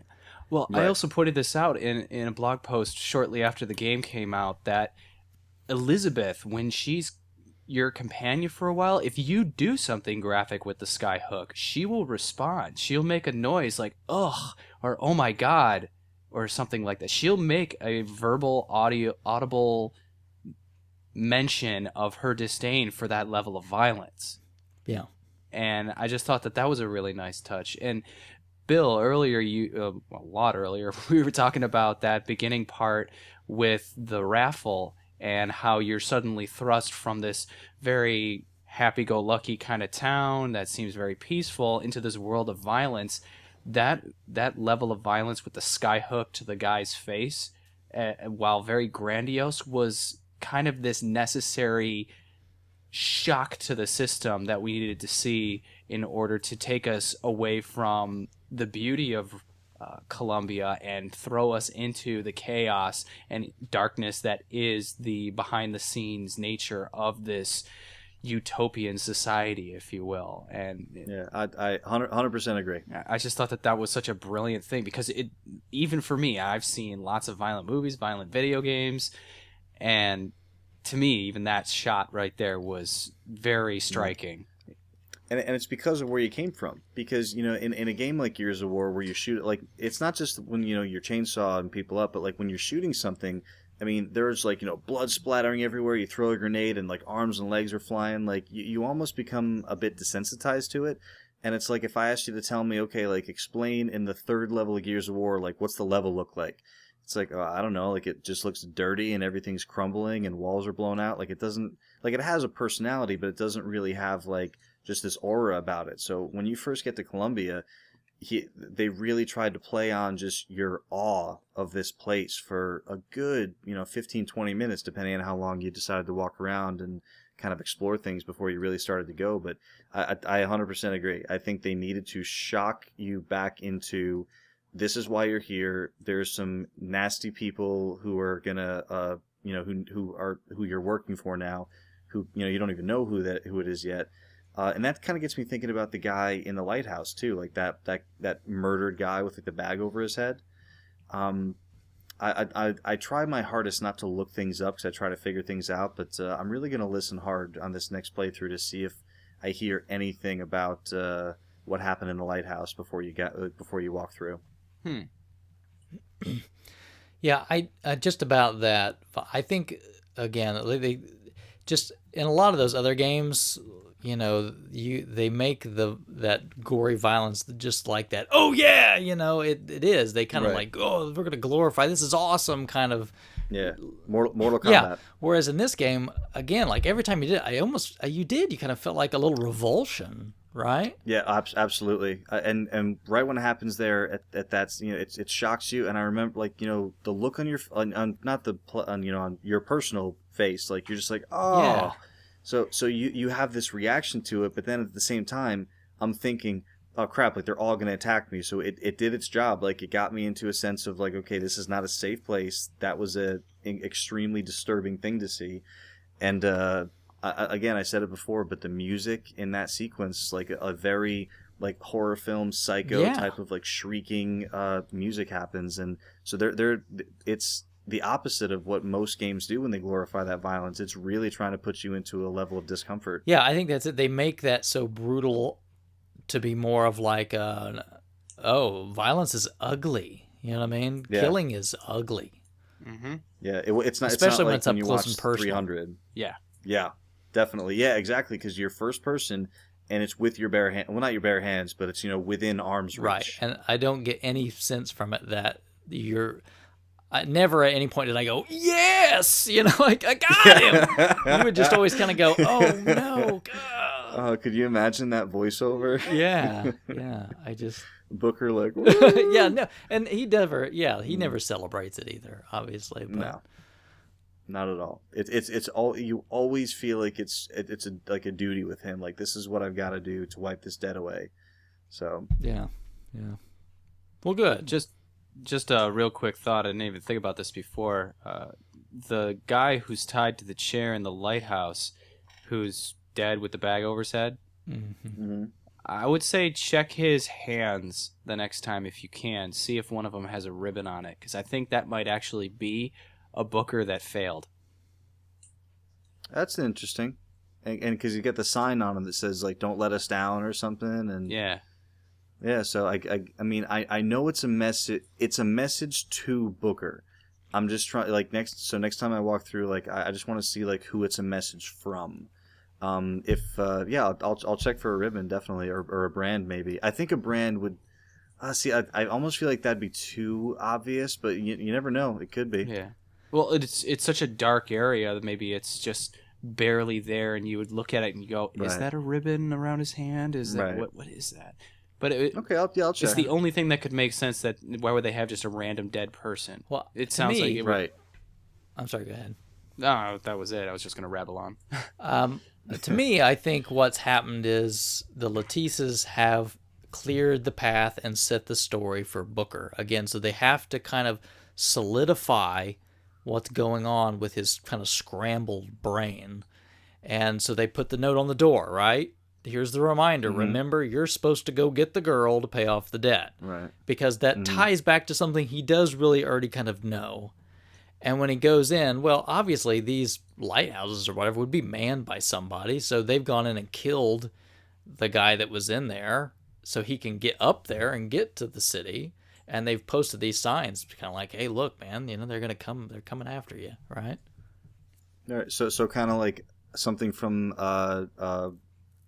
Rosalind to, and I guess Robert as well, just to kind of let him know like the gravity of the situation. Yeah, like shock him into like, this is what's going on. This is what you better prepare for. This is where you're going, right? Yeah, I mean that's definitely possible too. I mean, my first thought when I was going through there is that guy was sent by someone to stop Booker, because there's a note like on the desk or on a mirror that says like, "Don't let him through," or like, "Be sure you stop him," or something Maybe like that. Comstock's So then, right? right. So my first thought was like, what if whoever wanted to stop, you, which turns out being Comstock, sent, like either told this guy to kill you or sent him to kill you, and the Lutesses took him out of the way, to clear a path for you, like you said. And it could be because Comstock can see, quote unquote, the future, right? So he could see that you're coming. He knew it. Obviously, Right. he told everybody about the false prophet and made the signs. Yep. So, Exactly, he could have sent somebody there. Okay. Yeah, or if not sent him, like you said, like the lighthouse is manned by somebody, so he could have just reached out to that dude and said, "Hey, need you to take care of this for me." Right. Yeah, I'd be kind of curious to, at some point in I'll time, look into maybe it a bit play through more. it again, but so many games. Believe it or not, I picked up a lot of games during the Steam sale, and like I had fun with it. I started a bunch of them; they're great, but I just find myself thinking, like randomly throughout like my work day, like thinking about BioShock. So I'm just gonna go back to it and play it again while it's still fresh. Very good. All right. Any other loose strands that we've missed? Nothing I can think Probably. of. Well, I'm waiting for the listeners then. They're going to hear some stuff, and they're probably going to have you folks out there are probably going to have some thoughts of your own. So hopefully you've enjoyed this little spoiler cast that we've done. You get some thoughts. Did we get it wrong? Did we totally miss something? Let us know. You can definitely get a hold of us. So let's kind of wrap up like we normally do, talk a little about where you can find us. So first off with our guests, so GamerSense, how can people find you? Where are you at out there? Well, if you want to get a hold of me, best way is obviously through Twitter at GamerSense. That's GamerCents. Like the coins. I have a blog that I update periodically, gamersense.blogspot.com. And you can find me on some varying social sites except Facebook. I also write for Examiner.com for their local Rochester division. If you want to check out some of the news articles I post there, you can check me out at Colin D. Pazik on the RochesterExaminer.com website. All right. Well, we thank you very much for taking your time to come and sit in on this. It's been fun to kind of have another perspective. Well, I'm very grateful that you guys asked me to come on board for this one. I was really excited for it. Good. Very good. And Bill, thanks. I mean, I know you kind of really got me set up really well for this because you kind of really were pushing me like, oh, this is going to be so good. You're really going to like this. And, and I know you didn't want to spoil any of the story and any of that stuff, but. Yeah, it's one of those things that I finished, and of course I'm never a spoiler person, so I just kind of went put my feelers out to everyone I talked to, and I said I need to talk to lots of people about this game, and a couple of my close friends have played it, so we've talked about it a bit, but it's just one of those things that there's so many different opinions you get from talking to different people about it, so they're all interesting to me, and a lot of times I just get thinking about it in a different way, and then that just makes me more confused, and I want to play it again. So I'm all for this game. I mean, we picked it apart a lot, and obviously it's hard to call any game perfect. This is about as good a game as I have played, and this is the type of experience that I love. So I'm glad that I got some other people to give it a try. Yeah, very good.